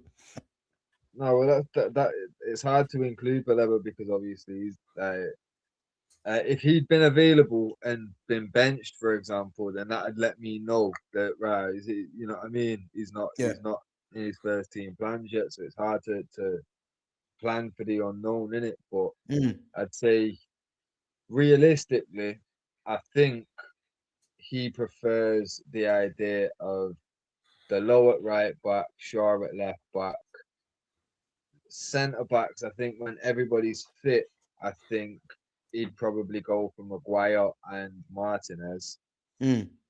and then midfield probably go for Mainu. And going off last season, obviously because he had Casemiro next to him, I would think it'd be Santos. You know what I mean? Yeah. Which would leave Tielemans and Baleba both on the bench because he's gonna keep playing Bruno. I'm not gonna lie. Sorry to interrupt. You know, look, footage Go on, go on, go on, go on. I don't know if you can see it. Can you see that? Well, let me just zoom in one sec. But What's as this? Fabrizio actually said it, yeah. Yeah, bro. Oh, fucking hell. Apologies, bro. We thought you were trying to talk shit. What's that? What's that? Sorry, what's this? That's what we sitting Fabrizio like talk- inquiring about that. Rizzo talking about Gakpo, innit? He's got Who wants Gakpo? Man City, bro. Bro, listen, if you don't believe that, man, then I'm sorry. Like, you Brother, need help. 30 minutes ago, Liverpool Bro. only sold Gakpo if they get 2 wingers in the next 8 days. Bradley Bro, Barcolas. I can tell you this right now, yeah. Man City won't sign Gakpo. I promise you, they won't sign Gakpo because I'm on Sky Sports now and they chat rubbish at the best of times, but I don't see nothing coming down this screen saying Gakpo. If they sign Gakpo, fold the club. I promise you. Because they're talking about selling Marmoush, innit, to Tottenham. Yeah, Marmoush is gone already. Him and Savinho, they're basically gone. But So you can't be buying. Listen. You don't lose Rodri and go and get Gakpo. I know different positions and that, yeah, but come on, man. I'm just saying. Also, where's Tottenham getting all this money? Hey, from all those concerts, Beyonce concerts. That's where they're getting it from. Yo, You know what I mean? telling you. Beyonce's putting the work in. It's mad. It's Hey, crazy. But yeah, so when I was watching, sorry, what's it? When I was watching Hull, how comes Dorgu looked like he was playing up front half the time? He kept he getting was. in those. Yeah, because he was playing left wing actually. He was playing left wing, but you know I prefer him playing left back personally. But Yeah. yeah, as I said, man, I think it's one of them things where I wonder where Dorgu's long-term future is because we're being linked with Alejandro Balde, yeah? Let me tell you now, if we get Balde, you have to look at Ineos. They've done some serious work because I didn't think Balde was possible because Balde, before he was getting his injuries, you know, it was up there with the best left-backs in Europe. He was. And if we can get Balde, listen, I'll be looking at Ineos thinking, yeah, these guys, man, they're doing some good business, whether people like it or not, man. Like they're doing some good business because I'm hearing Balde is a possibility. That's what I'm hearing. So listen, let's wait and see, man. Let's wait and see. Are you worried about the Arsenal this season? Yeah, let's get on to that anyway. Because I know Lumi was excited for this. Now, Jay, I'll let you have your say, yeah. For me personally, Arsenal, Coventry, yep. For my bets, I said 1-1. You know, maybe a bit of like, you know, cheek and tongue kind of thing. Tongue in cheek, should I say? But again, promoted team. We all know Frank Lampard's a fraud anyway, as a manager. Exactly. So what did we expect? Like, what did we expect? Yeah, but the main thing I would say, yeah, and listen, before any Arsenal fans start getting upset, you beat Coventry 3-0. I'd argue with anyone, they were 3 mistakes from Coventry. Yeah, I'd argue with anyone. If that's a seasoned Premier League team, 3 stupid mistakes. 3 stupid mistakes, yeah. If that's a seasoned Premier League team, you're not getting those. You're not getting those. Chances. Sorry, bro. Sorry. I've got to stop this. Yeah, I've got to stop Go. this. Bro, can you see what they're doing now? Yeah, I'm on Sky Sports, and they're trying to, because Haaland's got a haircut, They're trying Yeah. to do the whole comparison with haircuts now. But when it was Pogba, it was a problem. They're trying to show when Haaland had long. They're doing Haaland. They put Beckham in there, Fellaini. It's like they're actually advertising the fact that Haaland's got a new haircut. But I thought haircuts were a problem. They are when you're black. Right. That's what I was getting to. Yeah, listen. Yeah, exactly. Anyway, yeah, let's get back onto it. So, yeah, listen, Arsenal winning 3-0. What did you think of the game anyway? Did you not see it? I'll be honest. I expected them to do what they were supposed to do, which was go and win the game. 3 mistakes that could have easily been corrected in terms of the first goal was a gift. Because I don't understand what he's doing back there. Why is he kicking it like that? Why is he not just use his centre back and go forward? Like, great finish from Havertz, but again, stupid mistake.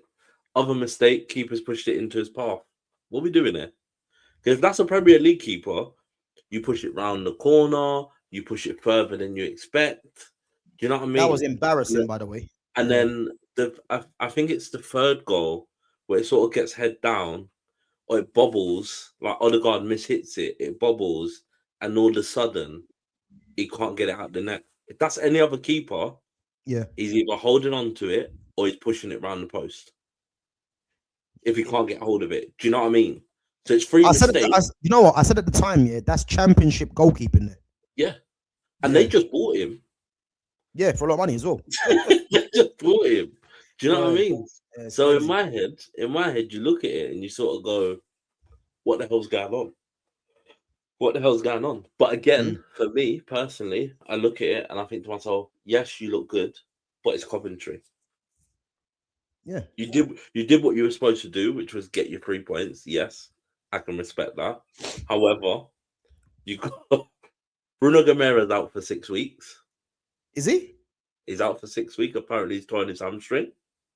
So you just spent 60 million on a guy that you went to rotate with Declan Rice, and he's out the game.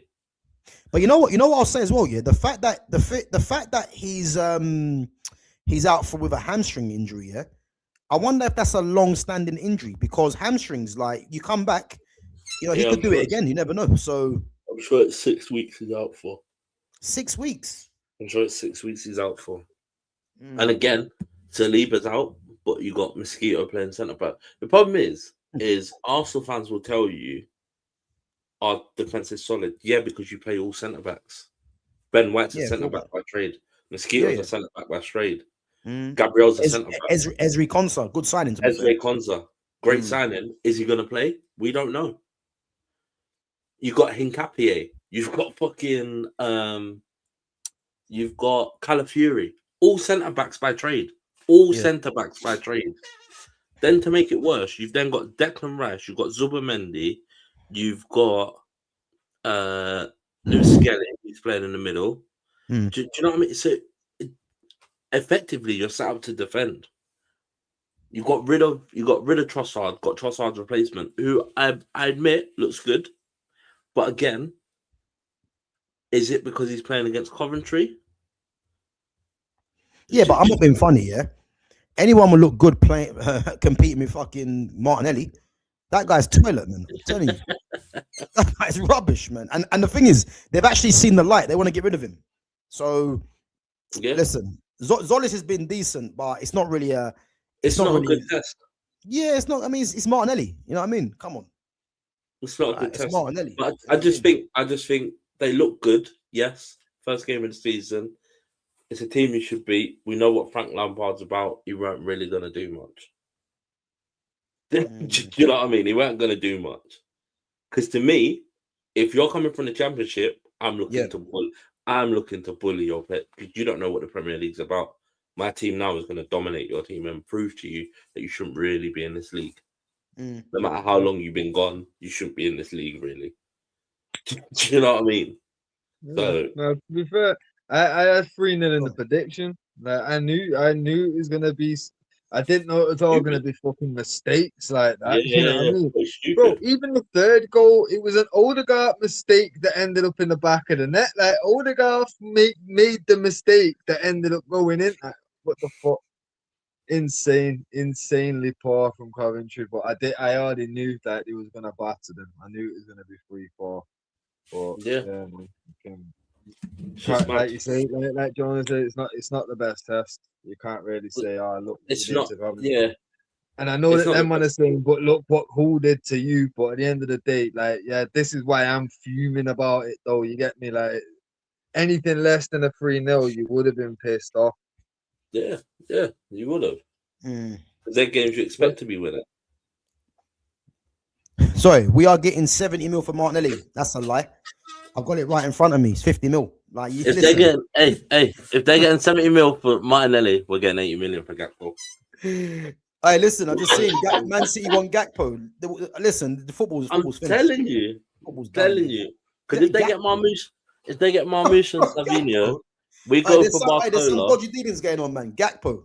If we go for Barcola, if we get Barcola and Mbaye, Gakpo's gone to Man City. Just say it's either Man City or Tottenham.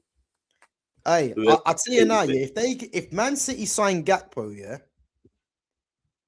I think Maresca has to get sacked. It's just mad. I did Bro, say, Gakpo, what are we doing there? bro, They've got 80 million to spend. They've got money to spend, and they want to spend that on Gakpo. Why? Bro, said it for a bit. City are crumbling now. Trust me. Thomas Cook era, man. I'm telling you. Trust me. Yeah, crazy, man. But yeah, Martinelli's going for 50, not 70. So you can lie all you want. Listen, Lumi, you belong on Twitter, you know. You can lie to them, man. You can't lie on there. 50 million, man, about 70. Not even Saudi are that dumb, you know. I heard about Alejandro Balde wants to leave Barca, and it's clear that he wants to move to Old Trafford. Is this true? So yeah, literally, I think there's definitely some traction to it.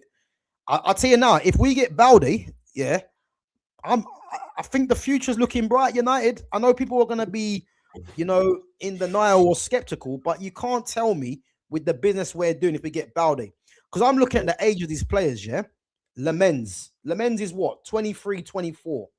Lenny Yoro's 20. Aiden Heavens 19. Patrick Dorgu is 20, I think. If we get Balde, I think Balde is 19 or 20. Santos is 21. Kobe's 20. Ahmad's only what, 23 or 24. Shea Lacey's what, 19? I think 18 or 19. Xerxes only what, 23, 24. Sesko, I think, is 23 or 24. I think he's 23. Listen, you can't tell me that the future ain't looking bright at United, man. I'll argue that with anyone. You know, we still need more, but if you remember, I swear I actually mentioned this talk about Balde fucking around Old Trafford fucking before the season had even ended. Cause fucking, but if I can remember correctly, the talk was that it was like 35 mil or something. It's turning out now it's something like 43 is the valuation, I think, isn't it? Yeah. Bro, 43 mil. But this is what I'm saying. Apparently, we inquired about Gavi because Gavi had a fucking, I think it's 35 or 40 million evaluation, bro.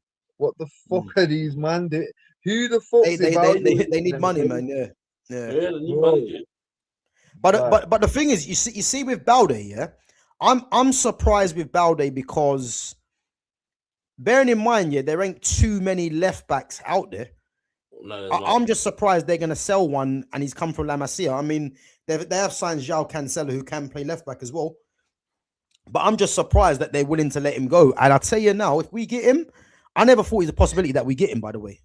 You know, but that would be a very good. I know people looking at his injury record, etc. But listen, I think that'll be a very good signing, man. So yeah, let's see what happens. But there's definitely legs to it, man. And from what I heard today, actually, I've heard that United have they've put a bid in to him to Barcelona, but they want to understand if it's possible to get him. So United looking at him, they want him, and they've put out they've put interest forward to Barcelona. So it's going to be down to Balde really. But I think we can get him, man. And you know, again, Lewis Hall was obviously going to be the first choice, but look, I never thought we was getting Lewis Hall anyway. Especially Lewis Hall playing the Premier League. He's only 21. He's not going to, and they've lost a lot of players anyway. You know, so it was never really going to happen for me. So if we get Balde, listen, future's looking bright, man. That's all I'm going to say. You know, all I'm saying is it started already, Gav. Look at the comment. Started already. Listen, you know what it is, yeah. I'll tell you why she's nervous, yeah. Because remember last season it was the quadruple, so she's dropped down one. So that means when you're saying you're winning the treble, it means you're winning nothing, basically. That's what I'm taking from that. Because last season you said quadruple, you won one, you've dropped down one, so that means you're winning nothing. Yeah, cool. Let's move on. All right, let's move on to the weekend results. Arsenal 3, Coventry 0. No surprise there. And I think Coventry, they're gonna have a bit of a difficult season. I think there'll be games where they pick up points, but if you're making mistakes like the way they made mistakes, man, it's gonna be a long season. You're getting relegated. Yeah, you're getting relegated, bro. City 2, Bournemouth 1. Erling Haaland with the new trim. New trim, but no goal. So it took Guehi. I think Guehi was playing centre mid as well, with Elliot Anderson again, who was poor, and I think he got injured and come off as well. But 160 million ain't looking too great at the moment, is it? But City 2-1 against Bournemouth. Josko Gavardio getting the winner. You know what? Gavardio's a bad boy. That guy for me. I mean, I just wish he come to the red side of Manchester, man, because he's a top defender, and he's a goal threat. But yeah, he got the second one, the winner. Bournemouth went 1-0 ahead through Tavernier as well. You know what? I actually think Bournemouth, although they've lost, who did they lose? Krupi's injured. They've lost Iraola. There was talk about Alex Scott going as well. But I actually think Bournemouth, I think they're going to be all right, man, because I think their recruitment and in terms of how they play, I think definitely, man, they're gonna be. I'm likening them to Brentford this season. Teams going to Bournemouth ain't gonna have an easy ride. You know what I mean? So, but yeah, City. I didn't see the game, but I heard City weren't great. But I think first game of the season, 3 points is what they're looking for, isn't it? So yeah. Again, I don't think many teams. They weren't great, no. No. City weren't great, bro. City was all over the place. Bournemouth was all over them. City couldn't get fuck all and then. Yeah, I see the highlights, but I just see some of the chances, and it's one that Haaland should have scored.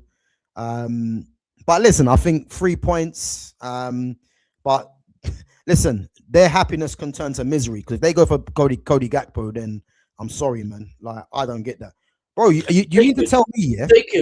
You mean to tell me, yeah, their wing options, yeah. Their wing options. They've had Mahrez, Grealish, Robinho. Sterling. Even put Sterling in there, yeah. You mean to tell me their wing options are gonna be Doku, Semenyo, and Gakpo? Yeah, Grealish is still there. And I'm meant to believe that this Premier League is the best league in the world, brother. Crazy. Brother, take him off my hands. That's a fleece of the fleecing. Yeah. Crazy, man. Absolutely crazy. But it's what it is, man. It's what it is. Yeah, it's mad. Do you know what? I'll be honest with you. I still can't see it happening. Brother, I think Al Mubarak, yeah, he's gonna pull the plug on Maresca if he even dares trying to go for Gakpo. I'm telling you now, brother, he's getting Gakpo. We getting let me understand this though, yeah. They've still got Jack Grealish on the books. Yeah. And you mean to tell me that they're gonna get Gakpo? Yeah, brother. Cooking. Oh, man. Crazy. Cooking. Yeah, and 80 million as well. Yeah, Maresca's cooking, bro. I don't know what he's cooking. It's not food. He's got Gakpo in that pot, brother. He's cooking. That's crazy, man. All right, Brentford 3, Spurs 0. My God, you see Brentford, yeah? No words, bro. Bro, No it way. should have been 4 because what's his face? Igor Thiago missed a penalty as well, yeah. Yeah, I know. But you see that Brentford team, yeah. It don't matter what players move on, you know, different systems, whatever. Players they bring in, Make it like work. they just got a way of playing, yeah, that's gonna trouble any team in this league. Yeah. Because they're high energy, you know, they've got decent quality as well, man. And them beating Spurs, I mean, I'll be honest with you, I can't remember what I done for the prediction, yeah.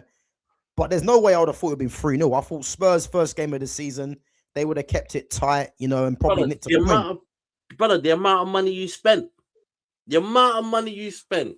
That's like, I tell you what that's like. That's like you spend all that money on them gums to go McDonald's. It's crazy. It's crazy. Yeah, literally. Yeah. Oh, not even McDonald's, spending all that money to go and sit in Wimpy. That's what that's like.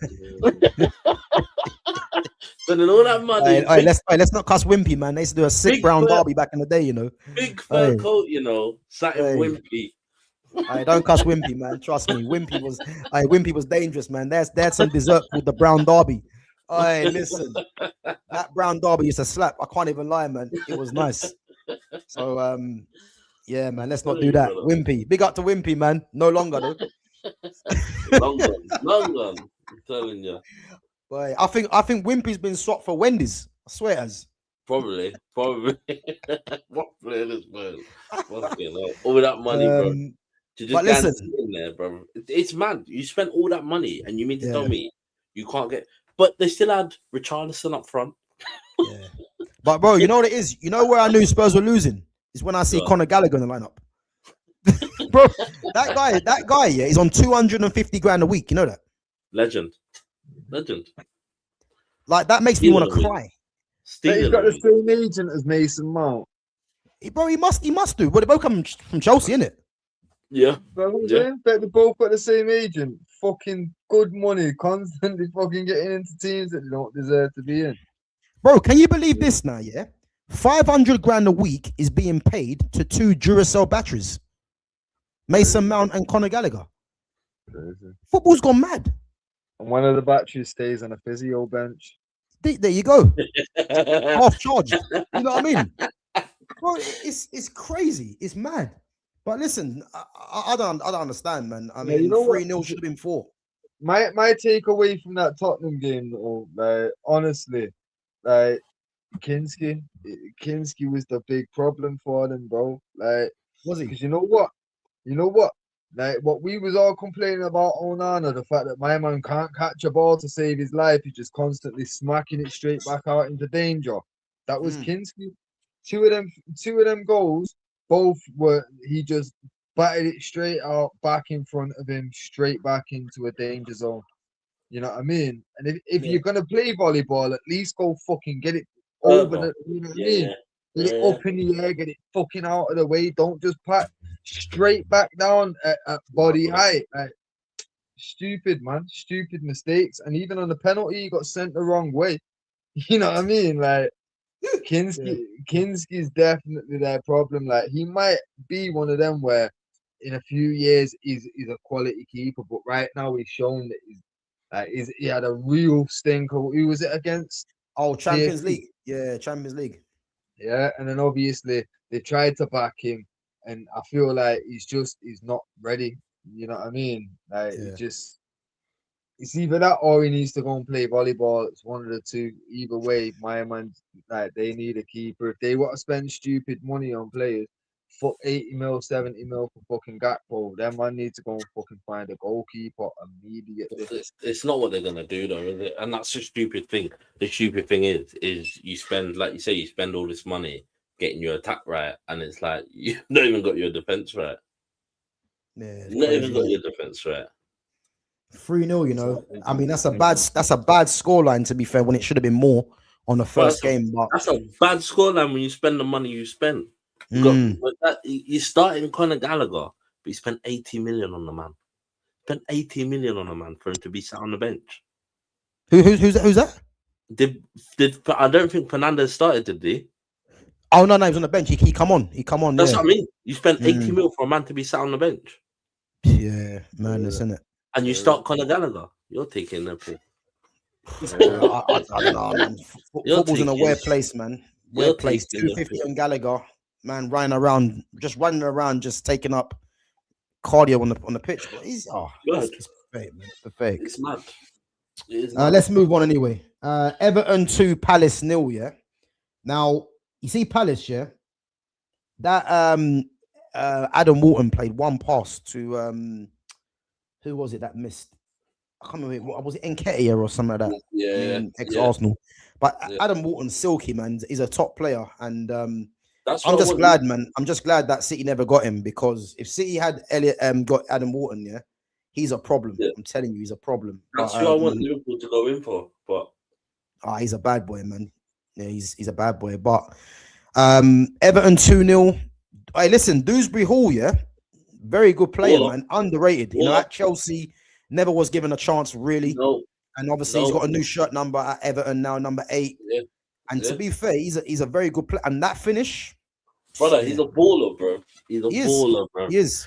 And he works well with Ndai. You get Jack Yeah. Grealish back over there, bro. You're laughing. I wonder what happens to Grealish actually, because he's still at City. But when I'm hearing Yeah. Gakpo, it's just like, it doesn't look good, man, because you can't be on the bench for Gakpo. I'm sorry. So yeah, I swear the commentators even mentioned that during their game, because it went to Jack Grealish, innit? It cut to him on the Yeah. bench. And we're Yeah, talking yeah. about a lot of bench players at the minute will be discussing whether their future lies at the club. You know what I'm saying? Yeah. So fucking, Yeah. look, it's looking like he probably will find a last minute move, even if it's just a loan, innit? I can't see him Yeah. wanting to play second fiddle or third or fourth fiddle like that. Nah, B. yeah. You know what? He's too good, yeah, to not be playing regularly, man. He needs to be. Yeah. He needs to Yeah. be playing somewhere, man. You know, he needs to be playing somewhere because he's a top player, man. But yeah, listen, they won 2-0. Dewsbury Hall, Turno Barry, you know, and I got an assist as well. And listen, man, I think they'll cause teams problems at home, especially. Yeah. David Moyes, man. One thing about David Moyes is that he knows how to set up a team, and he's got players in Iliman Njai, in Dewsbury Hall. You know, they're actually match winners. You know, and Barry, as we know, that guy will just run all day, innit? Yeah, You know, he'll run all day, man. He's not and, afraid to get stuck in. Do you know what I mean? Yeah. He's very good in the air. There was a stat, I believe. I can't remember what stat. I think it was in terms of aerially. I think he was number 1 aerially from. It was either strikers or just in the league. I can't. There was he's very good in the air. He's got massive legs. Yeah, No, he is. I remember that game where we were down to 10 men at home against them, man. Oh yeah. He was up front, and bro, when I'm saying every single time they were just long ball up in the air, and he was winning. He won 100% of the aerial duels that game.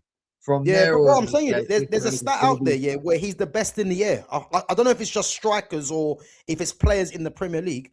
I'm pretty sure there's a stat out there saying that aerially, like, he's the most dominant or something like that. I see. No, Yeah. does not surprise me. Does not Yeah. surprise me. Guy's a beast in the air. He is, man. He is. But yeah, 2-0, man. Good result for them at home. Forest 0, Leeds 1. I didn't even see that game, to be fair. I don't even know. Was it Anton Stack? I think I heard scored. But Yeah. I didn't even see the game. How was that game? You don't see the game, or what? It was a scrappy game, but Yeah. fucking Stack's free kick was a good free kick, but to be fair, keeper Never should seen have been getting beat at his near post. He's like 6'9", isn't it? The keeper that he's got against. Bro. Yeah, I heard that actually. Yeah, I heard that. When you see the free kick though, 6'9", brother, I kid you not. Although it's net, brother, it hit across. It's just the way it went in. The way he went in was fucking ridiculous. But again, it's horrible, isn't it? When you get beat like that, it's horrible. Yeah. But again, you've got it was a scrappy game, so like watching it, you could tell this is gonna be. It's either gonna be a scrappy 0-0 or someone's just gonna snatch it. You know what I mean? And that's what happened. Yeah. That's all it was. Nothing to write home about then. No. Cool. Well, you know what? Speaking of free kicks, actually, Ipswich 2, Sunderland 1. I'm pretty sure Sunderland's guy, I think it was Angulo. I think he's got a Yeah. very good free kick from Great what I free see. kicking, Off the bar and in, innit? Like, that Yeah, was yeah, very, very, And very to be nice. fair, I've seen him a couple of times, and he does look like he's got something, innit? But listen, you see Ipswich, we got them obviously next week, yeah, or At this week, should I Wilshere. say? You know what? Yeah, I'll tell you now. We're at home and we should be winning games like this. But I'll tell you this now: if we're not on our game, you see their attack, yeah. They've got Abdul Fattah, Julio Enciso, they've got Dyson Maida, and they've got the striker Emerson. Yeah, Yeah. those four there can cause problems. Yeah. They can cause problems because that Dyson Maida, he does score goals, and he's got a lot of energy as well. And I remember watching him for Japan against England in the friendly, and he was causing problems then as well. Fattah was a very good player, Enciso was a very good player as well. And that Emerson, he looks like he wants to run the channels and get goals. So listen, they're gonna cause problems. And 2-1 against Sunderland at home. Their 2 goals came from 2 mistakes. Like Yeah, they got off they'll the bench as punish well. you if you make a mistake. You know what I mean? So Yeah, man, I think they could be a tricky team for a few people this season. Still, I'm not I'm gonna telling lie. you, man. Yeah, I'm telling you. So it's not gonna be an easy game against Ipswich. We should win the game, but yeah, they've got attackers, man. That will cause problems, and if we're getting packed by a bloody hole, you know what I'm trying to say. Yeah, Ipswich have got players there, man, that will cause problems as well. So let's see what happens, innit? But yeah, 2-1 Ipswich. Obviously, Old Trafford next game. So imagine they pick up a point. 4 points from 2 games is mad. Yeah. Next game, my God, Brighton 4, Aston Villa 0. Madness. Yeah. Madness. I see the highlights here, and I was just like, I don't know. The thing is, yeah, you see Villa, yeah, Villa's got no spine. They've lost, yeah, Konsa, Tillemans, Rogers, Watkins, Lucas Digne, and Martinez wants to go as well. So this is the thing. Is Martinez going because obviously that game he didn't play. Yeah. Yeah. Well, it's shown on during the game. It actually, after the game, shall I say, it's shown a thing where fucking. Because did you see the interview at the end of the game where fucking he was asked like why did From Emery. Yeah. I see. I can't remember what was said, but I remember it. Yeah. So basically, my man said at the start of the game, "I'm saying nothing," and then after the game, he got asked it again, and he said, "Ask him." And then they said, does that mean that it was because Watkins decided that he's not playing, not you? And he's like I say, you ask him. And then he pushed him again, and he basically said, this is why I'm saying nothing. You have to ask him. So it's basically said Watkins has outright basically refused to play now, innit?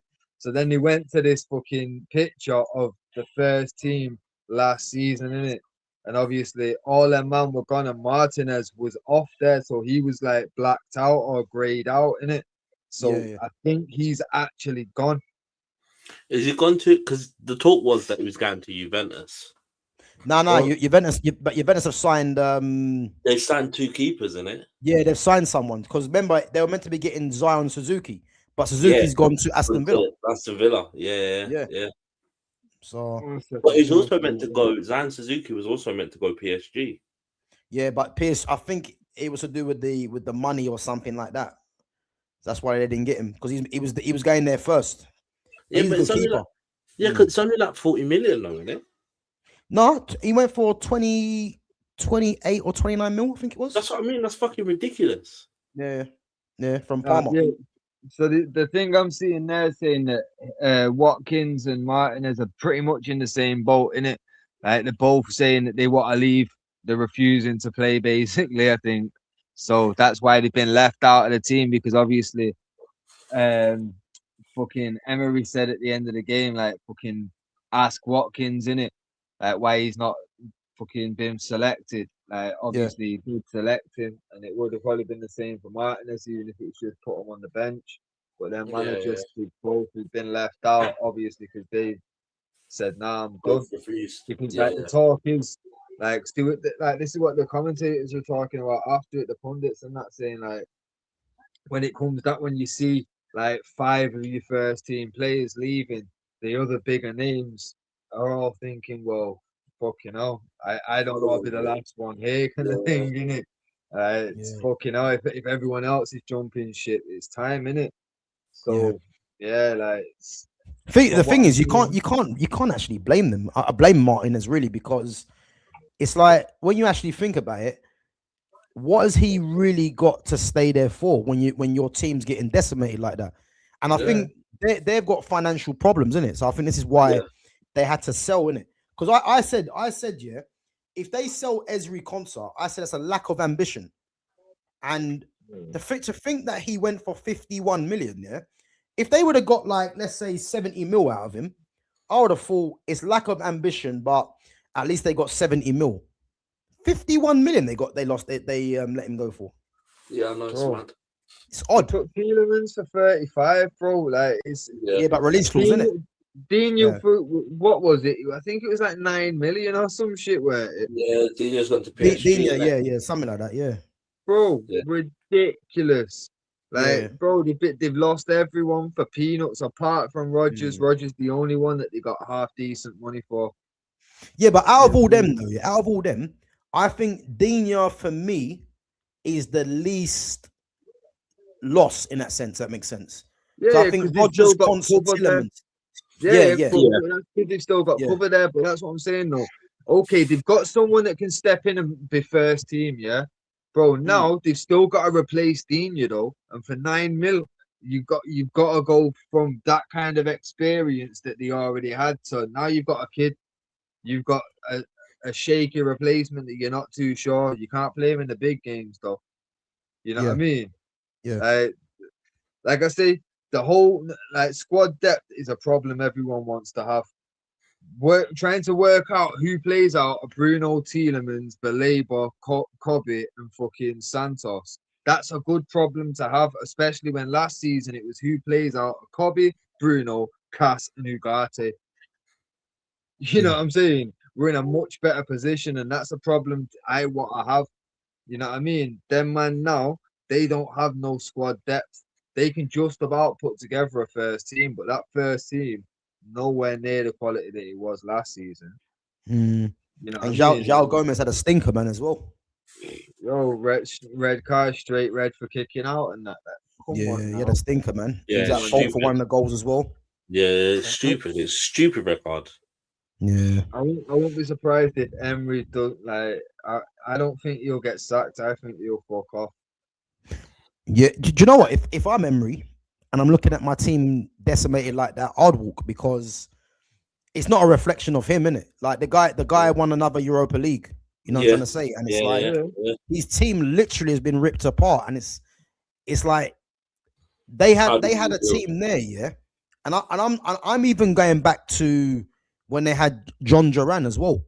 You remember when John Duran went to Saudi, But that team they had there was a dangerous team, because they had some decent players and lost their best centre back, lost their best midfielder. You know, they've lost probably their best attacker as well. Their other guy that scores goals is going. They keep the top keeper wants to go. Left back's gone. So yeah, really, like if you're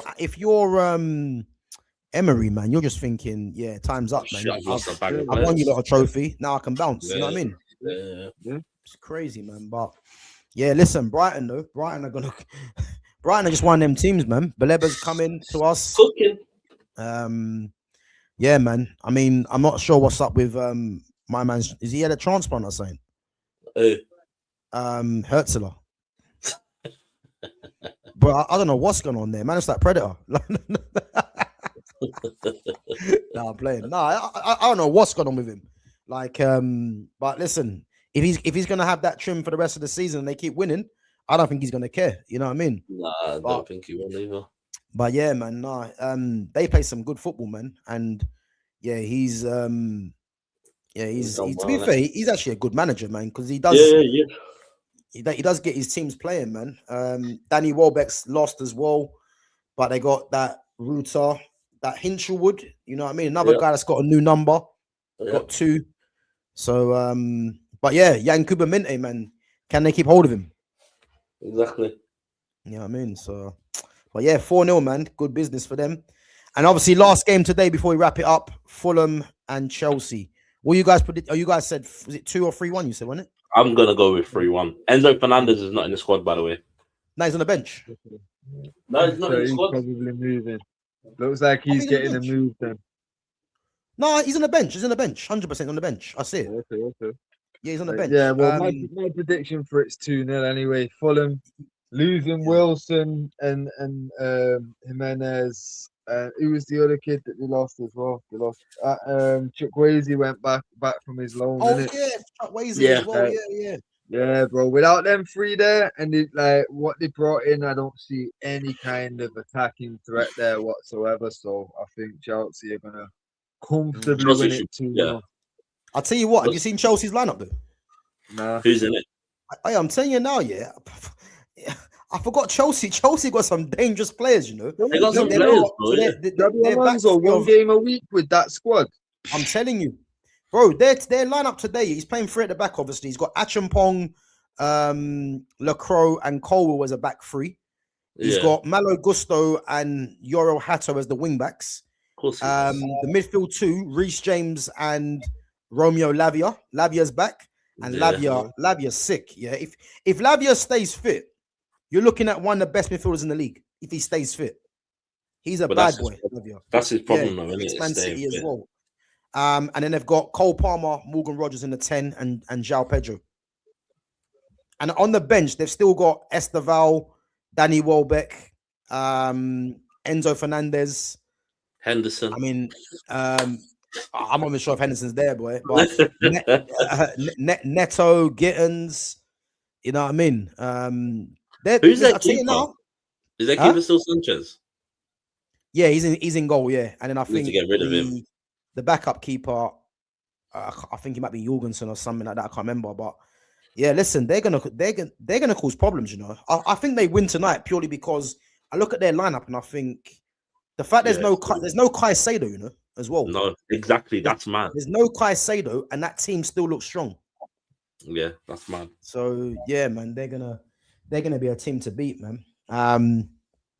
So yeah, but guys, before we wrap it up here, just quickly, has anyone noticed? Yeah, has anyone noticed at the moment Man United's team? Yeah, have you noticed that Man United since Ineos have come in, we haven't sold one player that's been brought in by Ineos. Have you noticed that? Bro, we've not sold many fucking players, fuck's sake. No, but I know that, yeah. But you keep hearing. I heard something today, something about United need to sell players of sold players, yeah. And there's obviously talk about Xerxes. I think Aston Villa are looking at Xerxes. I heard as well, yeah. But I think when you actually think about it, yeah, Ineos. I mean, the only one that should be sold out of the Ineos have brought in, as we know, is Yagati, and he's injured, yeah. But they haven't sold one player that's been brought in by them. And I'm looking at that as much as fans don't like certain players, they've been brought in by Ineos. And I don't think it's a coincidence that they haven't parted ways with not one player that they've brought in. Oh, that kind of shit doesn't surprise me. Like I say, it's almost like admitting that you fucking messed up with one. Like they're gonna see it as, oh no, the reason why we're still not successful is because we've still got to offload so much dead wood that we've been lumbered with. You know what I'm saying? Like they're not gonna sell someone that they've fucking co-signed because not before you've got rid of Shaw and fucking everybody. You know what I mean? It's like they'd much rather the fan base focus on now. We need to get rid of Rashford first. He's been here way too long. We need to get rid of Luke Shaw. He's been here too long. Let's focus all our attention on them first. Realistically, they know even selling someone directly after you bought them, you've got to get a high value Like we don't Yeah. sell high very often. You know what I mean? When we do, like it's very rare. Like we Yeah. normally take a loss on players. So realistically, when it comes down to talking about fucking Ineos selling, like when they know, well, even for like financial fair play and all that shit, like it's spread out over the length of the contract, in it. So if you buy someone for 50 mil, signing for 5 years, that's 10 mil per season, in it. If you sell them after 2 seasons, you've still got to get 30 mil just to break even. You know what I'm saying? Yeah. So it's like they're not looking to take a loss, especially we don't sign players on the cheap. This window is the first way, and this window now, these man Tielemans should be concerned. 'Cause if he signed for 4 seasons on 35 mil, we can afford to offload him at any point. You know what I'm So saying? what? So what? You think that's in their thinking? Yeah, no. I don't think. I think they're now going cheap because they don't want to spend. Like, look at it. We spent 250 last summer window when we had nothing to really compete for. Now we've got Champions League and the fans' expectations, and we want to be competing for top four without a doubt. And we've spent what 150. That's it so far. We're talking about maybe another 43 on a fucking left back. Bro, Yeah. we're still like 50 odd mil short of what you spent last summer. And Yeah. that summer, you was going into the window on the lowest fucking finish that we'd had in a league like for fucking decades at that point. You know what I mean? And then on top of it, fucking we didn't qualify for anything. We didn't have nothing to really plan for. You were loaning loads of players out because you couldn't sell them. So where was the money for 250 millions worth of players when this time round you finished fucking third? You've got Champions League money to spend. You know what I mean? Like what what's going on? Like, I don't mind if we're gonna bargain hunt and still spend 250 or 300. But if you're gonna bargain hunt and spend less than what you did last summer, then it's clear what you're doing, isn't it? Yeah. Yeah. You know what I mean? If you're trying to get in 7, 8 players for 300 mil, if you can do it and get the quality because you just got to shop around, cool. But if it's gonna take you 4 summers to do that shit, I'd prefer that you didn't. You know Yeah. what I mean? Like Yeah. you're taking far too long. I need Yeah. this shit done this window. If you're gonna spend 300 mil and you're gonna bargain hunt and bring me 7 or 8 players, fantastic. But if you're not, if you're intending on bringing in 4 players like last summer, but you're just looking to spend 150 or fucking 190, Yeah. bro, that's not good enough. Where's the other 60 mil? You know what I mean? 'Cause Mm. we was able to spend that without Champions League and without a league finished. Bro, the money's there. Fucking, why aren't we spending it? If you're gonna bargain hunt, cool, but you've got to at least spend the same as you did last summer and just get more for your money instead of getting 4 players for 250. If you bring me Mm. 6, 7 players for 250, 300, we're buzzing with that. We'll understand the bargain bin hunting, you get me? But right now, none of it makes sense other Boss than you it. just penny Yeah. pinching. You know what I mean? You Mm. just Yeah. bleeding on dry. So I can't hear no praise for Ineos or none of that. It doesn't. So in terms of beef, because obviously what we got a week left to the end of the window, yeah. Mm. Um, what's acceptable? Would you say now for United before the end of the window in Bro, terms to of the be fair, signings? we've got nothing else to do but hope for we get at least one more, and then at that Yeah. point, begrudgingly, we'll all accept that.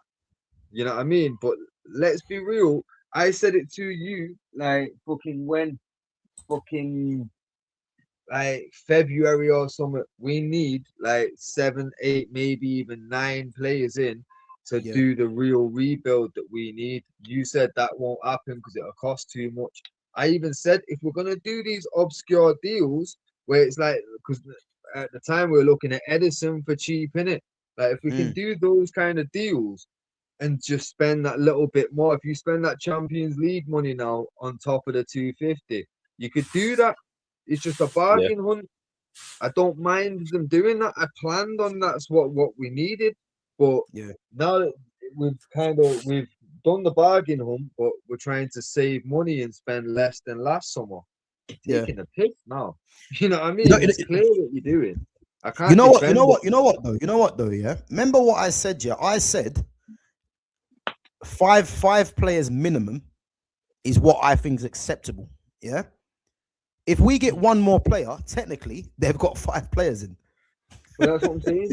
So they're doing Because- the bare minimum to scrape acceptable. Yeah.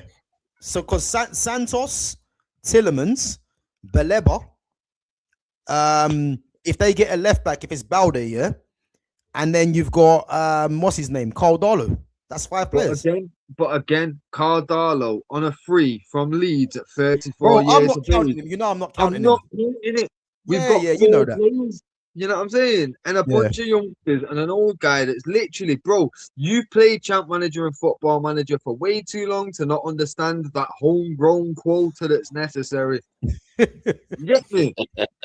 Oh, he was a fucking killer. I ain't gonna lie, he was a killer.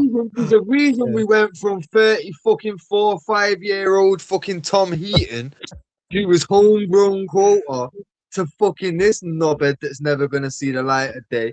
Hopefully, he only sees Carabao Cup matches. He fucking Lemens needs a holiday.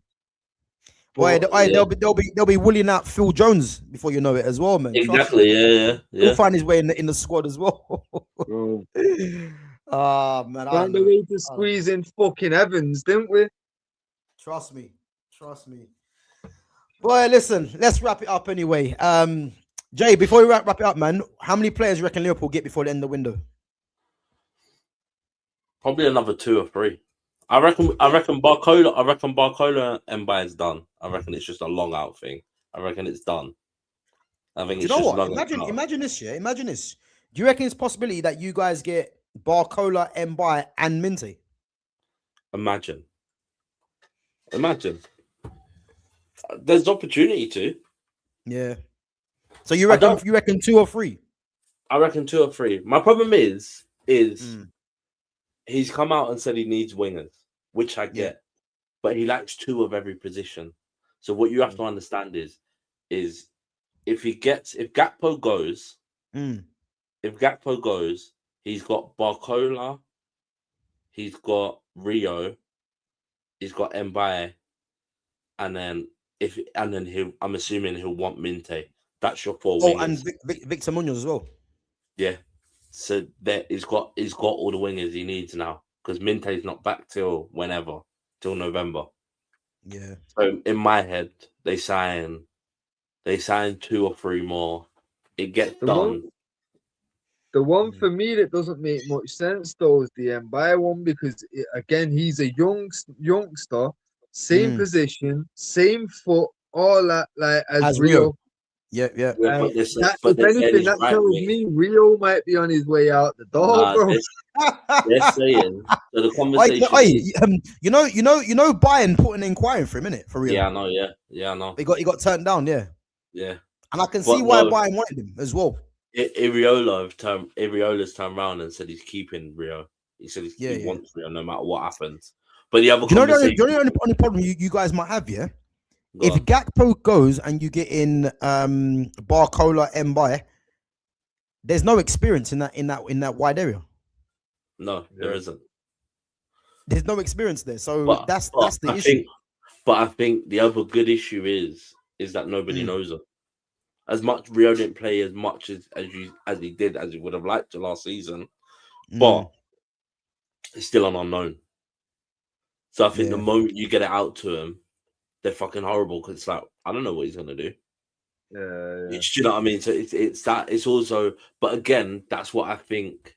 It can either go in your favor or not, and that's where I think players like Trainoni, Batatic, Leone, these players that have Calvin Ramsey, players that haven't played in the Premier League, that's where they work because they're unknown. You don't necessarily know what they're gonna do, and it could be enough to get Liverpool over the line.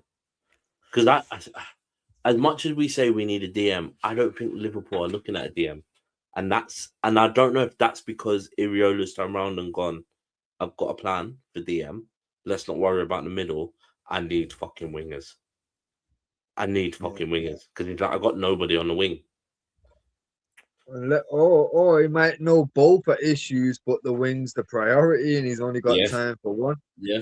You know what I mean? So who Maybe knows? he's just Yeah. thinking, well, midfield. Hopefully, if we've got the wings, the midfield can kind of work itself out we throughout can the season. we can work maybe. it out.